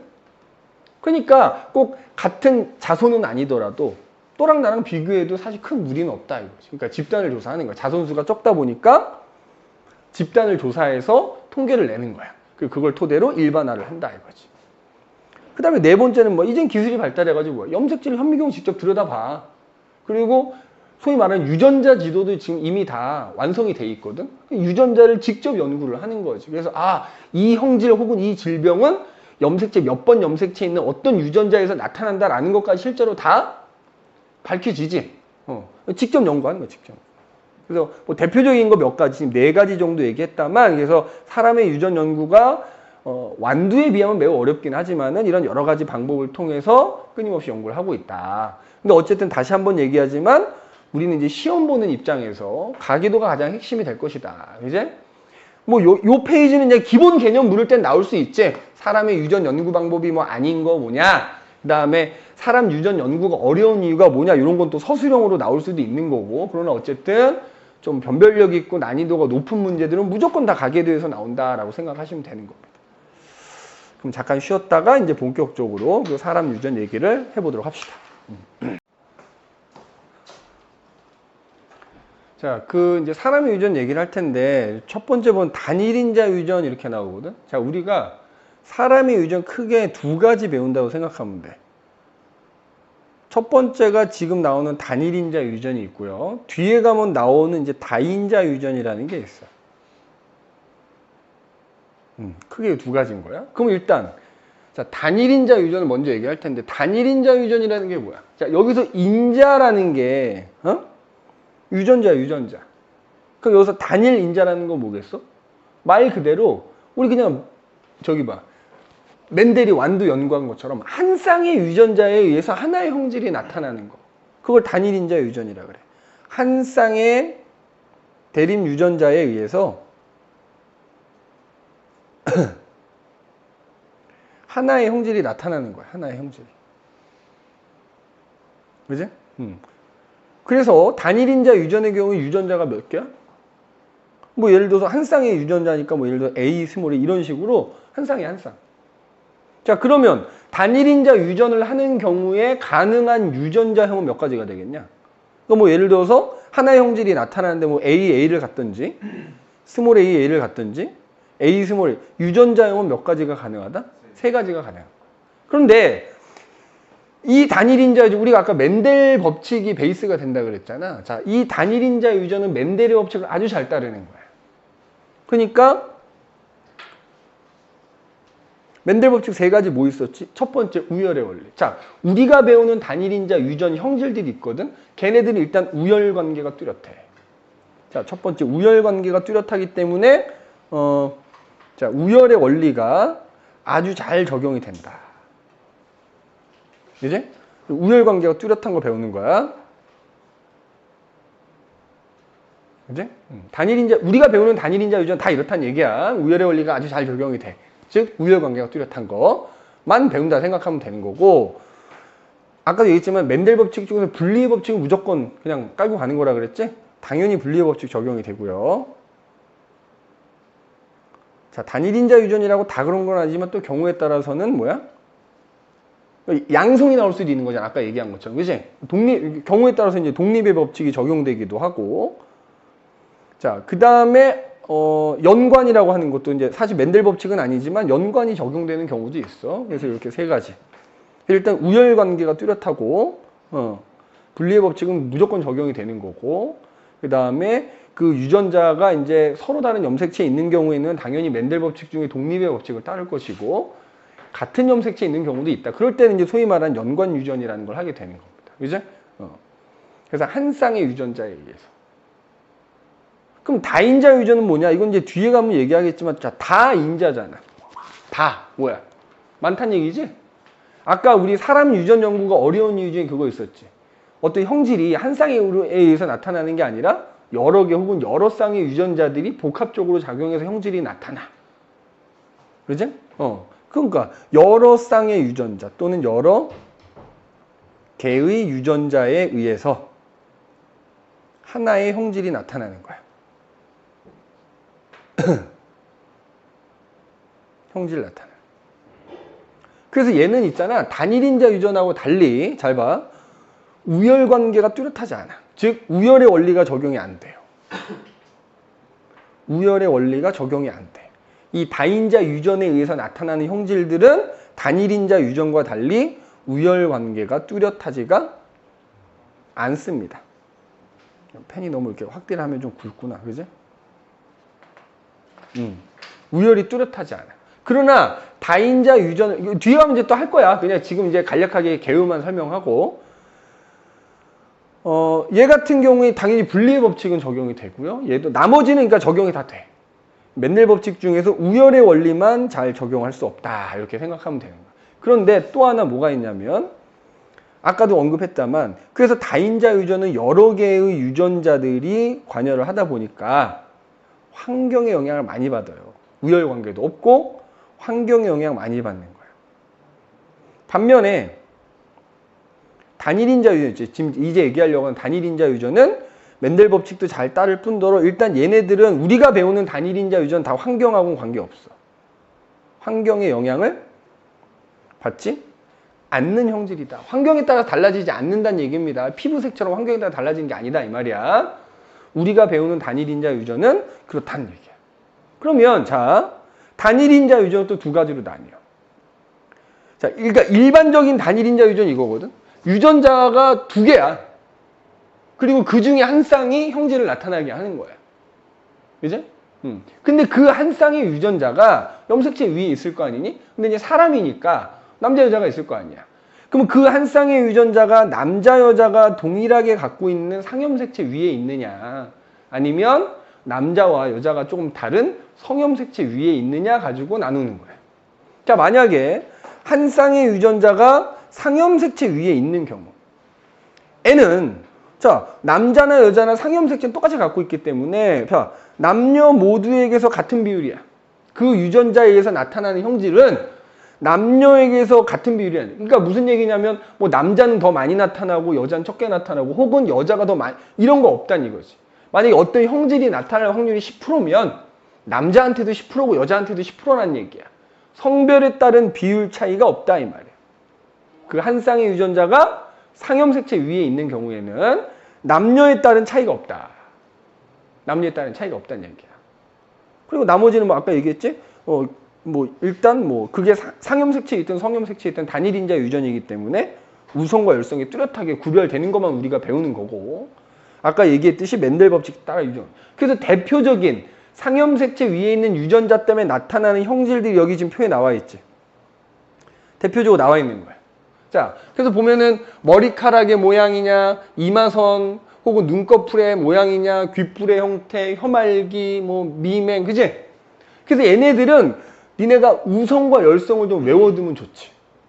자, 여기 표로 정리를 했다면 주로 나오는 건 이제 뭐냐면 눈꺼풀, 귓불, 혀말기, 그다음에 미맹, 뭐 혈액형 이런 것들이 이제 주로 나오기는 해.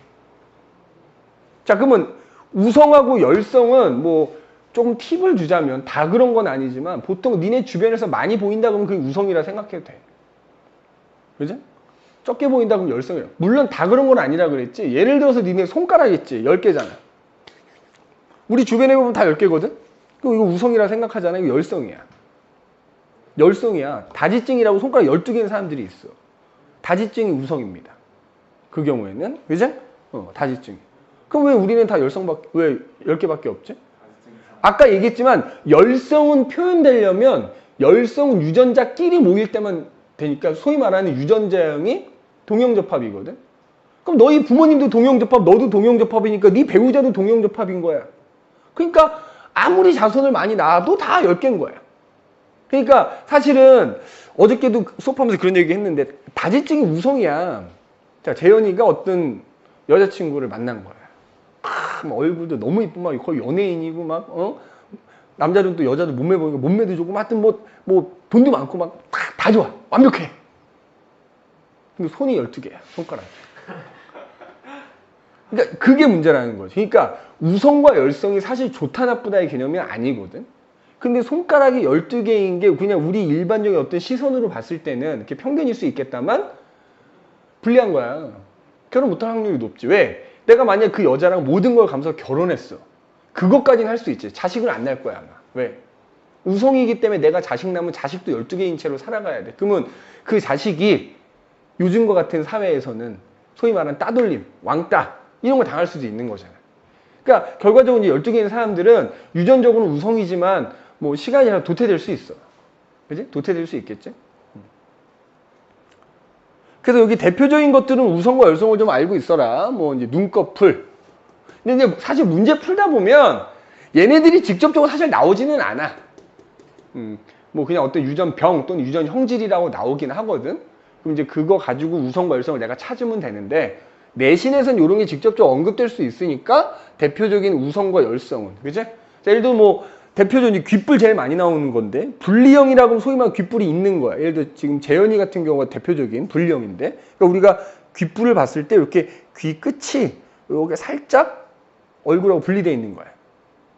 그 다음에 부착형은 이렇게 이제 귓불이 이렇게 타고 선생님 귀가 그거거든. 이렇게 타고 내려가지. 요런 게 이제 부착형이에요. 그다음에 혀말기도 선생님 안 돼. 그지? 혓바닥이 더러워서 좀 그런데. 선생님 아들은 돼. 불가능한 게 열성.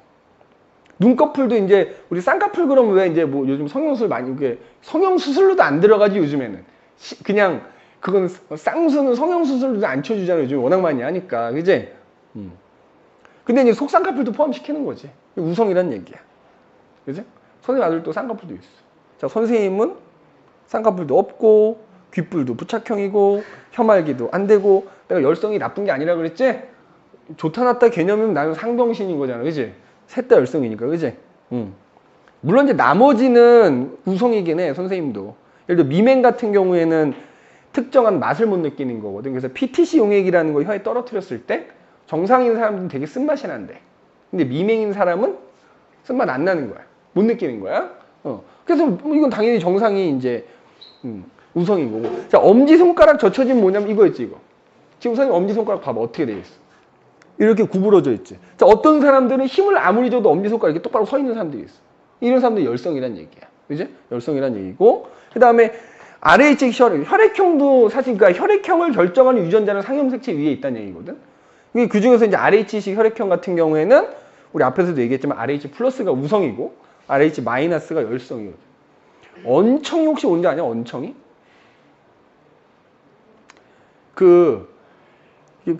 내가 맞는 건지 모르겠는데 옛날에 선생님 친구 중에 언청, 그러니까 이게 사실 어떻게 보면 맞는 표현인지 모르겠어요. 언청이라고 하는 게 맞는 표현인지 모르겠는데 정작 그 당사자는 되게 기분 나빠하겠죠. 언청이라고 그러면 여기가 이렇게 구순 구계열이라고 그러나 언청이를 여기 이렇게 갈라진 사람들이 있어요. 이렇게 딱 봤을 때 그 언청이 그래서 여기가 이렇게 갈라지는 사람들이 있거든요. 여기 요 사이가 여기 구순 구계열이가 여기가 열려 있는 거예요. 여기가 들 자라서 그래서 뭐 발음하는 것도 좀 그렇고 막 그런 경우가 있고 요즘 수술하지. 수술하면 싹 없어지는데 옛날에 이제 선생님 어렸을 때 친구 중에 그런 애가 있었어요. 그리고 고등학교 때였나 그랬는데 그 친구를 한 번도 만난 적이 없어요. 졸업하고. 근데 선생님이 여기 말고 예전 동네에 살 때 시장을 간 거야. 내가 혼자 갈 일은 없지 않냐? 그지? 선생님 이제 아내 되는 사람하고 같이 장을 보러 갔어. 짐꾼이 돼주려고. 가고 있는데 정육점이 하나 있잖아. 그 정육점에서 일하는 애를 봤더니 어디서 많이 본 거야. 걔야. 선생님 고등학교 친구였더라고. 정육점 사장이 돼가지고 열심히 살고 있더라고. 그 다음에 보조개 같은 경우도 이제 보통 있는 게 우성, 없는 게 열성이라고 하죠. 그지? 보조개 얘기가 나와서 말이죠. 선생님 사촌 여동생이 있었는데 걔가 중학생 때인가 고등학생 때인가 선생님하고 나이가 뭐 한두 살밖에 차이가 안 나니까 비슷한데 만나면은 이제 명절 때 만나지. 집이 멀고 하니까 볼펜으로 여기 계속 이렇게 여자애거든? 쑤시고 있는 거야. 그 다음에 만났거든? 보조개 생겼어. 세포가 죽은 거야. 후천적으로 만든 거지. 근데 어쨌든 유전적으로는 애초에 보조개가 있는 게 또 우성이다. 뭐 이렇게, 그지? 그래서 뭐 다 외울 필요는 없고, 대표적인 거 5개 정도만 좀. 그 다음에 이제 이마선도 종종 나오기는 해. 이마선도 종종 나오긴 하는데, 가장 많이 나오는 건 이제 얘네들. 얘네들이 가장 많이, RH 혈액형도 좀 그렇고. 근데 아무튼 이제 얘네들은 있지. 어쨌든 이 형질들은 아까 얘기한 대로 그 유전자가 상염색체 위에 있을 뿐더러 그 형질을 결정하는 유전자들이 2개야. 그러니까 예를 들자면 눈꺼풀 유전자가 있다 그러면 쌍꺼풀 나타나게 하는 유전자가 A고 그러면 열성인 외꺼풀은 스몰 A인 거잖아. 그러면 쌍꺼풀인 사람은 유전자는 A와 스몰 A 2개인 거야. 그럼 쌍꺼풀인 사람은 유전자형이 AA 이거나 우열의 원리에 따라서 A 스몰 A면 쌍꺼풀인 거야. 그럼 외꺼풀인 사람은 스몰 AA인 거지. 자, 예를 들어서 RH식 혈액형도 마찬가지야. RH식 혈액형을 결정한 유전자가 2개야. 우성과 열성 유전자 이렇게 2개가 있단 말이야. 그러면 RH 플러스인 사람은 유전자형이 DD이거나 D 스몰 D인 거야. 우열의 원리에 따라서. 그럼 RH 마이너스인 사람은 무조건 자, 그래서 열성은 어쨌든 그게 어떤 형질이 됐건 열성 형질은 무조건 유전자형이 순종이야. 동형접합인 거야. 근데 우성 형질은 유전자형이 2가지가 가능하다는 거지. 일반적인 단일 유전자이든 이런 거야. 그런데 여기에 ABO식 혈액형이 없지. 자, ABO식 혈액형을 결정하는 유전자도 마찬가지로 상염색체 위에 있거든. 그리고 얘도 결론적으로는 단일인자 유전이야. 그런데 특이하게 여기 따로 빼놨어. ABO식 혈액형은. 자, ABO식 혈액형은 다른 말로 복대림 유전이라고도 하는데, 복대림 유전이라고 하는데, 잘 봐. 여기 이렇게 써져 있지? 하나의 형질을 결정하는데 3가지 이상의 유전자가 관여한다 이렇게 돼 있지. 그러니까 애들이 이것만 보면 선생님이 단일인자 유전은 한 쌍이라고 그랬어. 그럼 여기서 3가지니까 이건 단일인자 유전이 아니네라고 생각하면 틀려. 그래서 애들이 실수를 많이 해. 자, 결론적으로 얘기하면 혈액형도 뭐라 그랬어? 단일인자 유전이면서 그 유전자가 지금 우리가 얘기하고 있는 상염색체 위에 있단 말이야. 그런데 다만 이거야. 유전자가 3개인 것 뿐이에요. 자, 그래서 우리 알다시피 ABO식 혈액형 유전자는 3개가 있지. 보통 A, B, O 이렇게 3개가 있어. 자, 문제에 따라서는 유전자가 이렇게 나올 수도 있어. IA, IB, 스몰 i 이렇게 나올 수도 있어. 근데 이제 선생님은 그냥 편하게 이걸로 쓸게. 유전자는 3개야. 그런데 중요한 건 혈액형, 우리 알다시피 ABO식 혈액형 4가지 있지. A형, B형, AB형, O형 이렇게 있잖아. 그 혈액형을 결정할 때는 한 쌍이야. 자, 유전자는 3개지만 그 중에 한 쌍이 혈액형을 결정하는 거야. 그러니까 예를 들어서 그 다음에 니네 앞에서 얘기했지. 얘네 우열관계도 어떻게 되지? A하고 B는 사실 우열관계가 없어. 따지기가 어렵고. O 유전자에 대해서는 우성이거든. 자, 그러니까 예를 들자면 유전자는 3개지만 예를 들어서 A를 2개를 가져서 혈액형의 결정은 A형인 거야. 아니면 우열관계가 A하고 O는 서로 우성 열성이니까 A, O를 가지면 마찬가지로 우열의 원리에 따라서 이 사람도 A형이야. 자, B형이면 BB이거나 혹은 BO이거나 이러면 이제 B형이 되지. 그지? 그 다음에 예를 들어서 유전자를 A 하나, B 하나 이렇게 갖는 거야. 그럼 이제 이건 우리가 AB형이라 그래. 자, O형은 A, B에 대해서는 열성이잖아. 내가 했잖아. 열성이 무조건 겉으로 나타나려면 무조건 열성끼리. 얘는 O, O야, 유전자형이.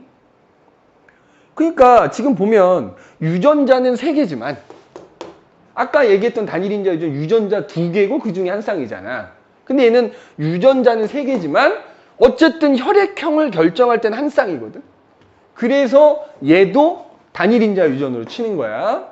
다만 유전자가 3개이기 때문에 이제 그걸 따로 복대립이라 부르는 거고. 근데 우리가 또 이 ABO식 혈액형은 또 다르게는 불완전 우성이라고도 얘기를 해. 불완전 우성.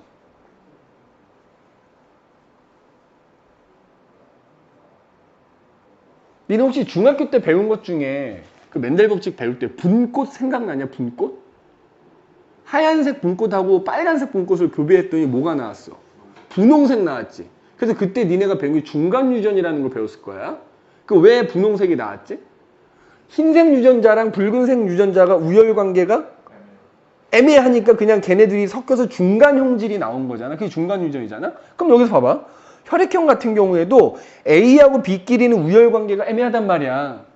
그럼 자, 그때 A하고 B가 이 불완전 우성이라는 걸 나타내는 대표적인 이유 AB형이거든. 그럼 봐봐. A하고 B가 짝을 이뤘어. 그럼 우리가 분꽃처럼 만약에 흰색과 빨간색과 분홍색이 나온 것처럼 그러면 얘는 A하고 B가 만나면 어때? A하고 B 중간이 나오면 그건 아니더라는 거지.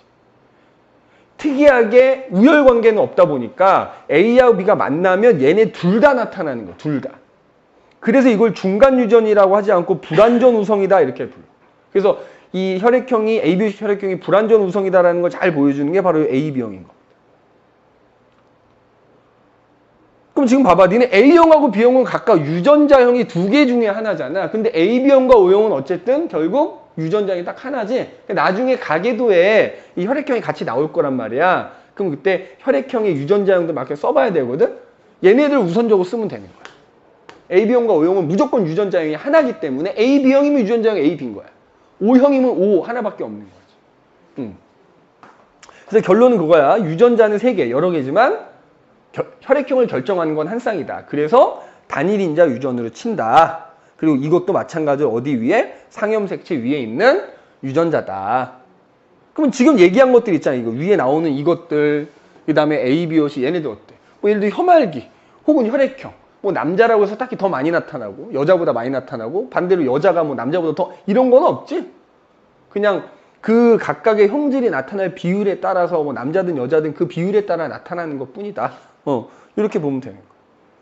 그리고 이제 밑에 보면 니네 그 혈액형 그림 있는데 그래서 아까 얘기했잖아. AB형은 A형과 B형의 특징이 둘 다 나타난다 그랬잖아. 니네 여기 그림 봐봐. 니네 앞에서 혈액형 얘기했지만 니네 적혈구 표면에 뭐가 붙어 있지? 응집원이라는 게 붙어 있지? 그럼 지금 이 그림에서 봐봐. A형은 네모난 응집원을 갖고 있거든, 적혈구 표면에. 그리고 B형은 동그란 응집원을 갖고 있는데 AB형을 보니까 어때? 네모난 것과 동그란 거 둘 다 갖고 있지? 즉 A형과 B형의 특징이 둘 다 나타난다는 거야. 그래서 ABO식 혈액형을 중간유전이라고 하면 안 됩니다. 중간유전하고 불완전 우성은 좀 다른 거야. 중간유전은 뭐다? 우열관계가 애매할 때 그 중간이 나와버리는 거고, 불완전 우성은 우열관계가 애매할 때 그게 둘 다 나타나는 거고, 요런 차이가 있어. 알겠지? 그거 꼭 명심해 주셔야 됩니다. 알겠니? 됐어? 자, 그러면 그 뒷장 넘어가기 전에 야, 그러니까 지금 단일인자 유전이 크게 두 가지였던 거지 않니? 그러니까 단일인자이면서 이제 상염색체 위에 있는 유전자의 경우에 두 가지였던 거잖아. 유전자가 애초에 두 개야. 두 개 중에 한 쌍. 그지? 그 다음에 혈액형처럼 유전자가 몇 개야? 세 개야. 근데 결정하는 건 한 쌍. 그러면 자, 이렇게 애초에 유전자가 두 개인 경우에 가능한 유전자형 몇 가지라 그랬지? 세 가지 나온다 그랬지? AA냐? A 스몰 a냐? 스몰 AA냐? 그지? 맞지? 그러면 얘네들은 당연히 우열 뚜렷하니까 표현형 몇 가지 나온다? 그러니까 유전자가 애초에 두 개고 그 중에 한 쌍에 의해서 형질이 결정되는 단일인자 유전은 가능한 유전자형은 세 개가 되는 거고, 표현형은 당연히 뭐야? 우성, 열성 두 가지인 거지? 표현형 두 가지 나오는 거야. 유전자형 세 가지가 가능한 거. 그런데 만약에 지금 ABO식 혈액형처럼 봐봐. 유전자가 두 개 이상인데 결정하는 건 한 쌍이라고 하면 유전자형 몇 가지 가능했어? AA냐, AO냐, BB냐, BO냐, AB냐, OO냐, 여섯 가지가 나오는 거지. 유전자형 여섯 가지가 나오게 되는 거고, 표현형은 몇 가지가 나와? 네 가지가 나왔던 거지? 그 차이도 좀 기억을 해둬라. 똑같은 단일인자인데 이렇게 유전자가 두 개여서 그 중에 한 쌍, 유전자가 여러 개여서 그 중에 한 쌍이 결정되는 경우에는 가질 수 있는 유전자형의 가지수도 좀 다르고 나타나는 표현형의 가지수도 좀 다르다라는 거 기억을 좀 해두시면 좋겠다 하는 얘기야. 알겠지? 자, 그럼 이제 뒤에 넘기면은 그래서 개념 체크가 나오거든. 개념 체크가 나오는데 자, 거기서 3번은 제외하고요. 1, 2, 4, 5번만 지금 좀 잠깐 풀어봅시다. 1, 2, 4, 5번. 3, 4분 이따 풀어줄게.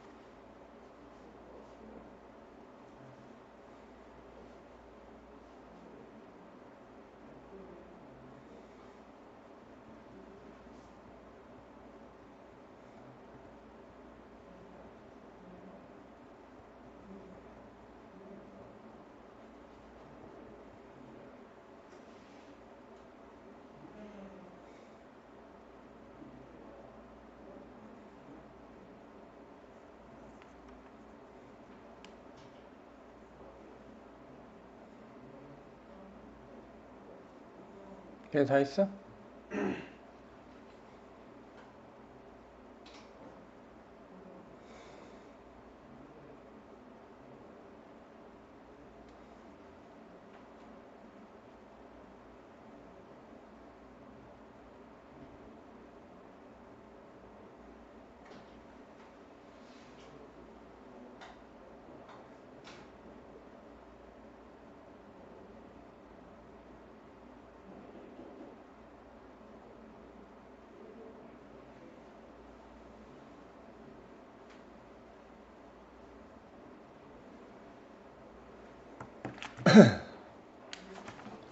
자, 그거 보자.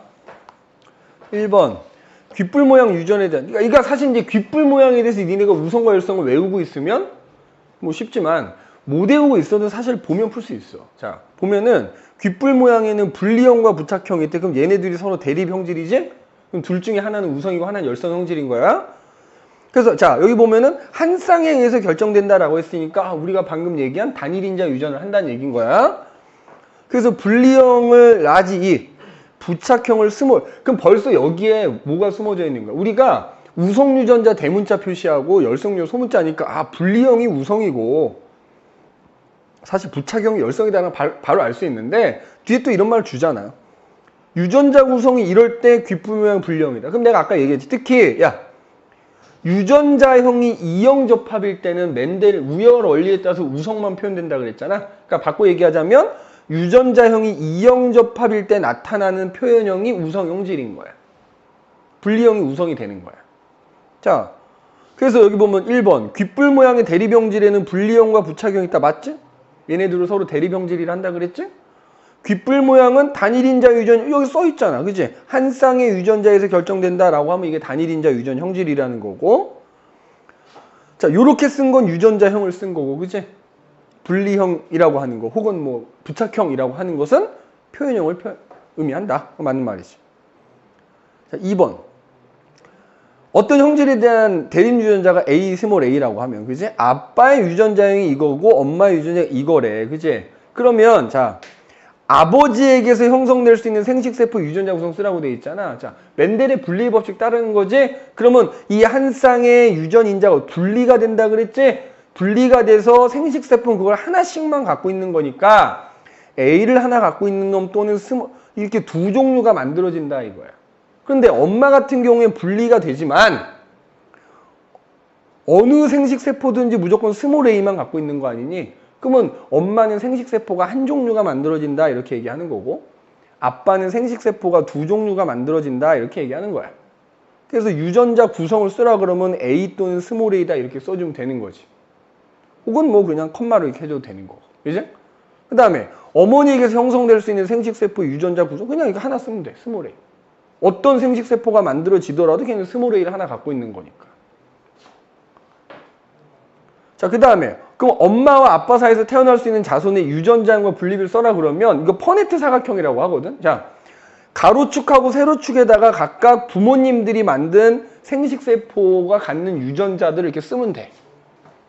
그럼 그랬을 때 태어나는 자손 그 둘 합한 걸 여기다 써주면 되겠지. 그러면 엄마는 한 종류밖에 못 만드니까 태어나는 자손은 유전자를 요렇게 갖거나 요렇게 갖거나 둘 중에 하나겠지? 그럼 유전자 구성 썼지. 근데 문제에서 니네 실제 이게 학교 시험에 나왔을 때 감점되는 것 중에 하나가 뭐야? 유전자형은 쓰는데 분리비를 안 써버리는 거야. 분리비라는 건 뭐지? 얘하고 얘가 나타나는 비율 몇 대 몇이야 지금? 두 종류 이거밖에 없거든 자손이? 그러면 이거 아니면 이거니까 1대1이지. 그럼 분리의 비는 1대1이다 이렇게 써주면 되는 거야. 알겠죠? 이것도 써야 돼. 이 문제에서는 이 두 가지를 써야 맞는 거야. 자, 그 다음에 3번은 이거 나중에 하자고. 그지? 3번 요건 이제 가게도 하고 얘기 다음 시간에 하면 되고. 자, 4번. 자, 혐알기 유전에 대한 이것도 마찬가지로 내가 혐알기가 단일인자 유전이면서 상염색체 유전이다라는 거 알고 있고 혐알기가 되는 게 우성이다 알면 사실은 뭐 전혀 문제가 없는 거지. 근데 모른다고 가정하자고. 모른다. 자, 유전자가 상염색체 위에 있대. 그리고 자, 여기 써있다. 한 쌍의 대립 유전자에서 결정이 된다. 그럼 뭐다? 아, 단일인자 유전이구나. 이렇게 캐치하면 되는 거고. 자, 철수는 혐알기가 불가능한데 철수의 부모님과 여동생은 가능하다. 맞지? 가능하다. 자, 이건 이제 나중에 사실 가계도 얘기하면 나오겠지만 선생님 방학 때 그런 얘기 하지 않았었냐? 가계도 그런, 봐봐. 부모님들이 형질이 서로 똑같아. 근데 그 부모님들 사이에서 태어난 자식이 부모와 달라. 그러면 그게 무조건 뭐라고? 열성 형질이다 이런 얘기 했었거든. 그지? 이건 뭐 다음 시간에 다시 얘기할 텐데. 자, 그래서 혐알기 불가능이 열성이고 가능이 우성이 되는 거죠. 맞지? 가능이 우성이 되는 거야. 철수의 어머니와 아버지는 자, 그럼 봐라. 자, 불가능이 열성이면 선생님이 열성은 무조건 유전자를 동형접합으로 가져야 된다고 그랬거든. 그럼 봐라. 우리가 만약에 혐알기 유전자를 A와 스몰 a라고 하면은 철수는 스몰 a만 두 개를 갖고 있는 거잖아. 그럼 이 철수의 스몰 a 두 개는 무조건 부모님한테 하나씩 받은 거잖아. 그럼 아빠한테도 스몰 a가 하나 있어야 되고 엄마한테도 스몰 a가 있어야 되는데 엄마하고 아빠는 둘 다 가능하다고 했으니까 아, 가능한 유전자를 하나 갖고 있는 거구나. 그래서 우열의 원리에 따라서 가능한 거구나. 이렇게 보면 되겠지. 그러니까 갖고는 있는 거야. 엄마 아빠도 불가능 유전자 가지고는 있는 겁니다. 자, 그 다음에 요 말. 여자보다 남자한테 더 많다 혹은 남자보다 여자한테 더 많다 이런 말 나오면 이거 무조건 성염색체 위에 있을 땐 이게 가능한 거야. 근데 지금 우리 이 문제에서 뭐라 그랬어? 상염색체 위에 있다 그랬잖아. 그러니까 이게 틀린 말이 되는 거야. 틀린 말. 알겠니? 이렇게 보면 되고. 자, 5번. 어떤 집안에 ABO식 혈액형 유전자 가계도라고 돼 있지? 아까 얘기했지. 가계도가 나오고 이렇게 혈액형이 주어지면 특히 AB형과 O형을 먼저 유전자형을 쓰면 된다. 왜? 얘네들은 유전자형이 무조건 하나밖에 없으니까. 그럼 봐라. AB형은 무조건 유전자형이 AB인 거야. O형은 O 온 거지. 그러면 자식한테 절반 물려주는 거 아니냐? 그러면 자식이 B형이잖아. 그럼 봐봐. 이 O형이 분명히 O를 물려줬을 거라고. 근데 이 자녀가 B형이면 결국 아 B5구나. 여기 AB형으로부터 B를 받았구나 이렇게 되겠지. 그 다음에 자 A형과 B형 사이에서 A형이 나와. 그럼 니네가 가능한 자 생각해봐. A형이 만약에 AA거나 AO 둘 중에 하나. 물론 이거 사실 니네 다 아는 친구들도 있을 거야 지금. 근데 그냥 감안하고 얘기하는 거야. BB이거나 B5일 거 아니야. 그러니까 봐봐. 야 만약에 BB면 A형이 나올 수 있나? 절대 못 나오죠. 아, BB는 아닌 거니까, 아, 그러면 이 B형은 유전자형이 B오겠네. 그러면 그 자녀에게서 A형이니까 얘가 뭐 물려줬겠어? O를 물려줬겠지. 아, 그럼 이 자녀는 A오겠네. 맞지? 그럼 이 엄마는? 이 엄마는? 모르는 거야. 이 둘 중에 하나겠지. 그지? 왜? A만 물려줄 수 있으면 되는 거니까. 그지? 이렇게 되는 거죠. 그럼 그때, 자, 가하고 나만 알았잖아. 그지? 그럼 AO와 BO 사이에서 어떤 자녀가 나올 수 있다? 다 나올 수 있는 거지. 왜냐면 얘네들이 생식세포 만들면 어차피 이 두 개가 분리될 거 아니야. 그럼 아까처럼 퍼네트 사각형 그린다 그러면 이렇게 그려지거든. 그지? 이렇게 그려지면은 그거 합한 거 AB, BO, AO, O. 그지? 네 가지 혈액형이 다 나올 수 있구나. 이렇게 되는. 이렇게 해주면 됩니다. 자, 그래서 이제 우리가 단일인자 유전 중에서 그 유전자가 상염색체 위에 있는 게. 자, 그럼 이번에는 성염색체 위에 있는 경우 한번 얘기해요. 성염색체. 단일인자 유전인데 마찬가지로 한 쌍의 유전자에서 결정이 되는데 그 유전자가 성염색체 위에 있는 경우야. 자, 그럼 여기 봐봐. 성염색체는 X, Y 두 종류가 있다고 그랬잖아. 그러니까 뒷장에 나오는데 두 가지로 나뉘는 거지. 그 형질을 나타내게 하는 한 쌍의 유전자가 X염색체 위에 있느냐 Y염색체 위에 있느냐 이제 둘 중에 하나일 거 아니니. 자, Y염색체 위에 있는 경우는 시험에 안 나온다고 생각해도 돼. 실제로 니네가 공부할 때 푸는 문제의 거의 99%는 그 유전자가 X염색체 위에 있는 경우거든. 물론 그걸 역으로 이용해서 내신에서는 허를 찔러서 Y염색체 위에 있는 걸로 낼 수도 있겠다만 일반적인 모의고사에서는 거의 대부분 X염색체 위에 있는 거라 생각하면 돼. 단일. 근데 Y 일단 생각해 보자고. Y는 누구한테만 있고 남자한테만 있는 염색체인 거야. 그럼 만약에 그 Y염색체 위에 있는 유전자 때문에 나타나는 형질이라면 누구한테만 나타나? 남자한테만 나타나겠지. 여자한테는 아예 안 나타나거든? 그러면 남자한테는 100%, 여자한테는 0%잖아. 자, 그래서 요거 Y염색체 위에 있는 유전자 때문에 나타나는 형질을 남자한테만 나타나. 그래서 한성유전이라고 그래. 한성유전. 뒷장에 나오기는 할 건데 그냥 여기다 써놔. 한성 간단하니까. 얘는 성이 한정돼 있다. 남자한테만 나타나는 거야. 그래서 대표적인 그 형질로 뭐가 있냐면 자, 귓속털 과다증이라는 게 있어. 말 그대로 뭐겠냐? 우리 귀 안에 사실 솜털이 나 있을 거 아니야? 그게 이렇게 길게 자라나는 거야. 길게. 뽑으면 되지. 뭐, 그지? 근데 뽑아도 계속 길게 나는 거겠지, 유전적으로. 그리고 니네 그 거피라는 열대어 물고기가 있대. 이 암컷 수컷이 있을 거 아니냐? 수컷이 번식기가 되면 그 무늬 색깔이 변한대. 근데 꼭 거피 아니어도 그런 거 많이 찾을 수 있잖아. 보통 니네 공작새 있지, 공작새.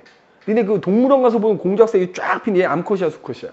수컷이야. 니네 보통 수컷들이 훨씬 화려하지.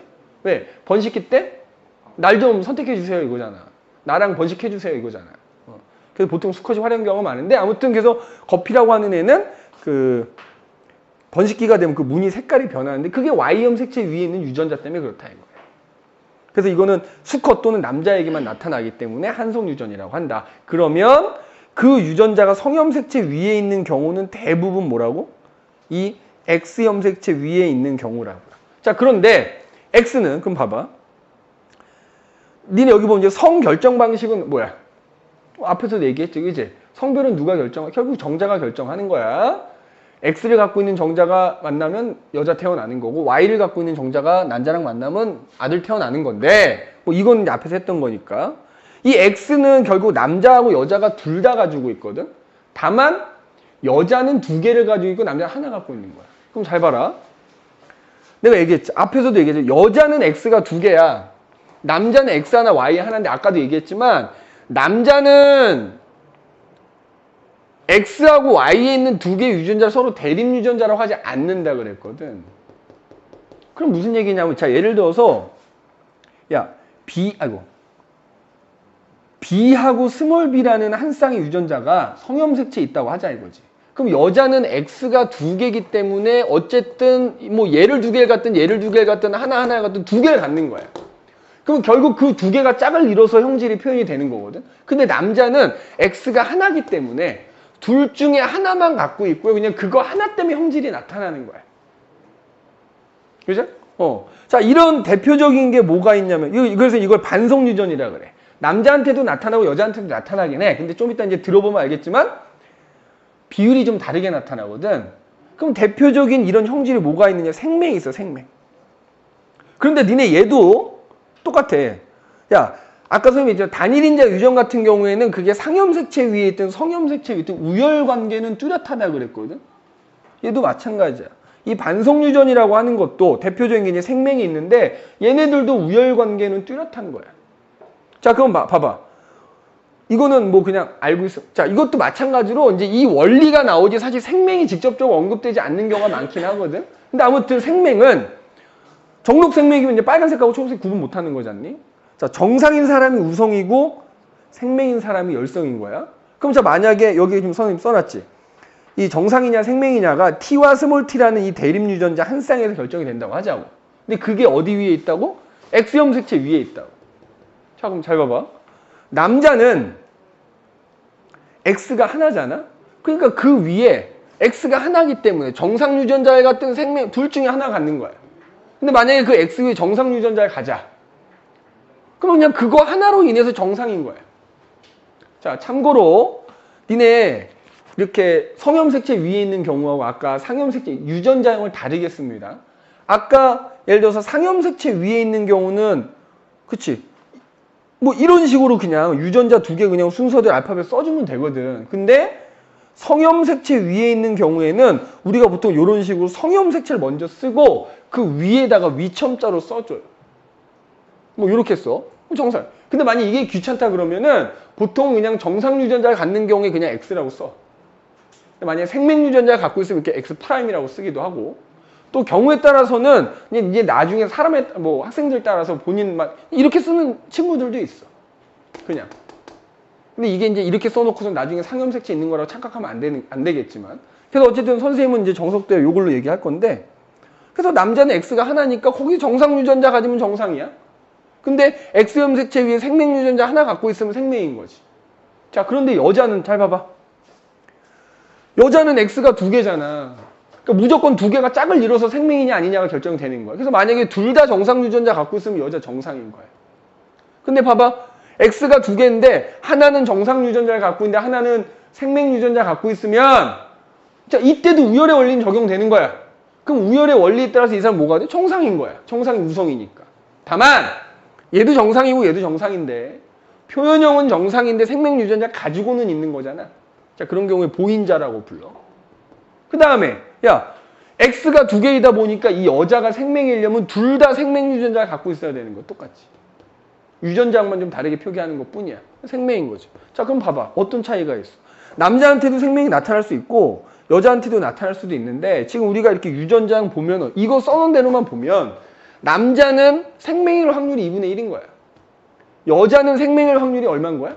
3분의 1인 거지. 그러니까 남자와 여자 둘 다 나타나긴 하지만 남자하고 여자가 비율이 다르게 나타난다. 이게 반성 유전인가 반성. 여기 보면 나와 있지. 형질 발현 빈도가 다르게 나타난다는 거야. 성염색체 위에 있는 경우, 특히 X염색체 위에 있는 유전자 때문에 나타나는 형질은 남자 여자 둘 다 나타나긴 하지만 그 비율이 다르게 나타난다. 그지? 생명 말고 또 뭐가 있는 줄 알아? 혈우병도 있어요. 혈우병. 자, 혈우병도 마찬가지로 누가? 혈우병이 열성이고 정상이 우성이야. 그럼 유전자형을 동일하게 쓰면 됩니다. 정상 유전자 갖고 있으면 정상인 거고 남자는 X 위에 혈우병 유전자 갖고 있으면 혈우병인 거야. 여자는 두 개 다 갖고 있으면 정상 유전자, 혈우병 유전자 갖고 있으면 정상이면서 보인자인 거야. 그런데 혈우병은 생명과 달리 만약에 혈우병 유전자가 혈우병 유전자가 이렇게 두 개가 있잖아?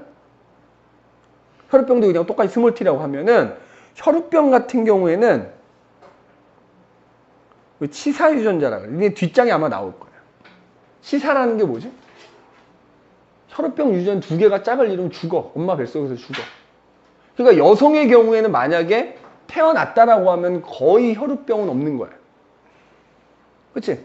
혈우병은 태어나기가 어려우니까. 물론 간혹 태어나는 경우도 있긴 하겠지. 남자는 혈우병이냐 2분의 1인 거지만 여자는 태어난 여자를 기준으로 하면 혈우병이 거의 없다고 봐야 되는 거야. 새하고는 이거 예전에 이 치사 유전자 원리가 가계도 함께 나온 적이 있었어. 이거를 놓치면 확률이 달라져요.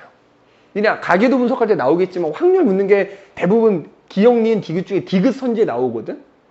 이 치사를 고려하느냐 안 하느냐에 따라 확률이 달라질 수 있어요. 나중에 문제 풀 때 보통 알려주기는 해. 이 유전자는 치사 유전자다라고 이렇게 지문에 써 있긴 하거든. 그래서 그걸 보고 고려를 해서 풀어줘야 돼. 근데 그 혈우병이 그거지. 그 상처나서 피나면 혈액 응고 잘 안 되는 질병이지. 그래서 영국 그 빅토리아 여왕 가문이 혈우병으로 아주 유명하죠. 그지? 혈우병은 되게 유명해. 내가 알기로 이제 여자들은 치사니까 대부분 못 태어나, 간혹 태어난 경우 있다 그랬잖아. 내가 알기로는 정확한지 모르겠는데 선생님도 니네한테 얘기했으니까 집에 가서 찾아볼. 수혈 받는 걸로 알고 있거든. 본인 피를 다 빼고 아빠 피를 수혈 받는다 그러나 또 수혈 받는 걸로 알고 있어. 그지? 아무튼 그렇게 된다. 그래서 한성유전, 반성유전이 있는데 한성유전 시험에 거의 안 나온다고 보면 되는 거고 반성유전이 대부분인데 그래서 반성유전은 다시 한번 얘기해도 얘도 단일인자 유전인 거야. 그렇기 때문에 우열관계는 뚜렷한 거야. 그리고 남자 여자 둘 다 나타나지만 비율이 다르게 나타난다는 거.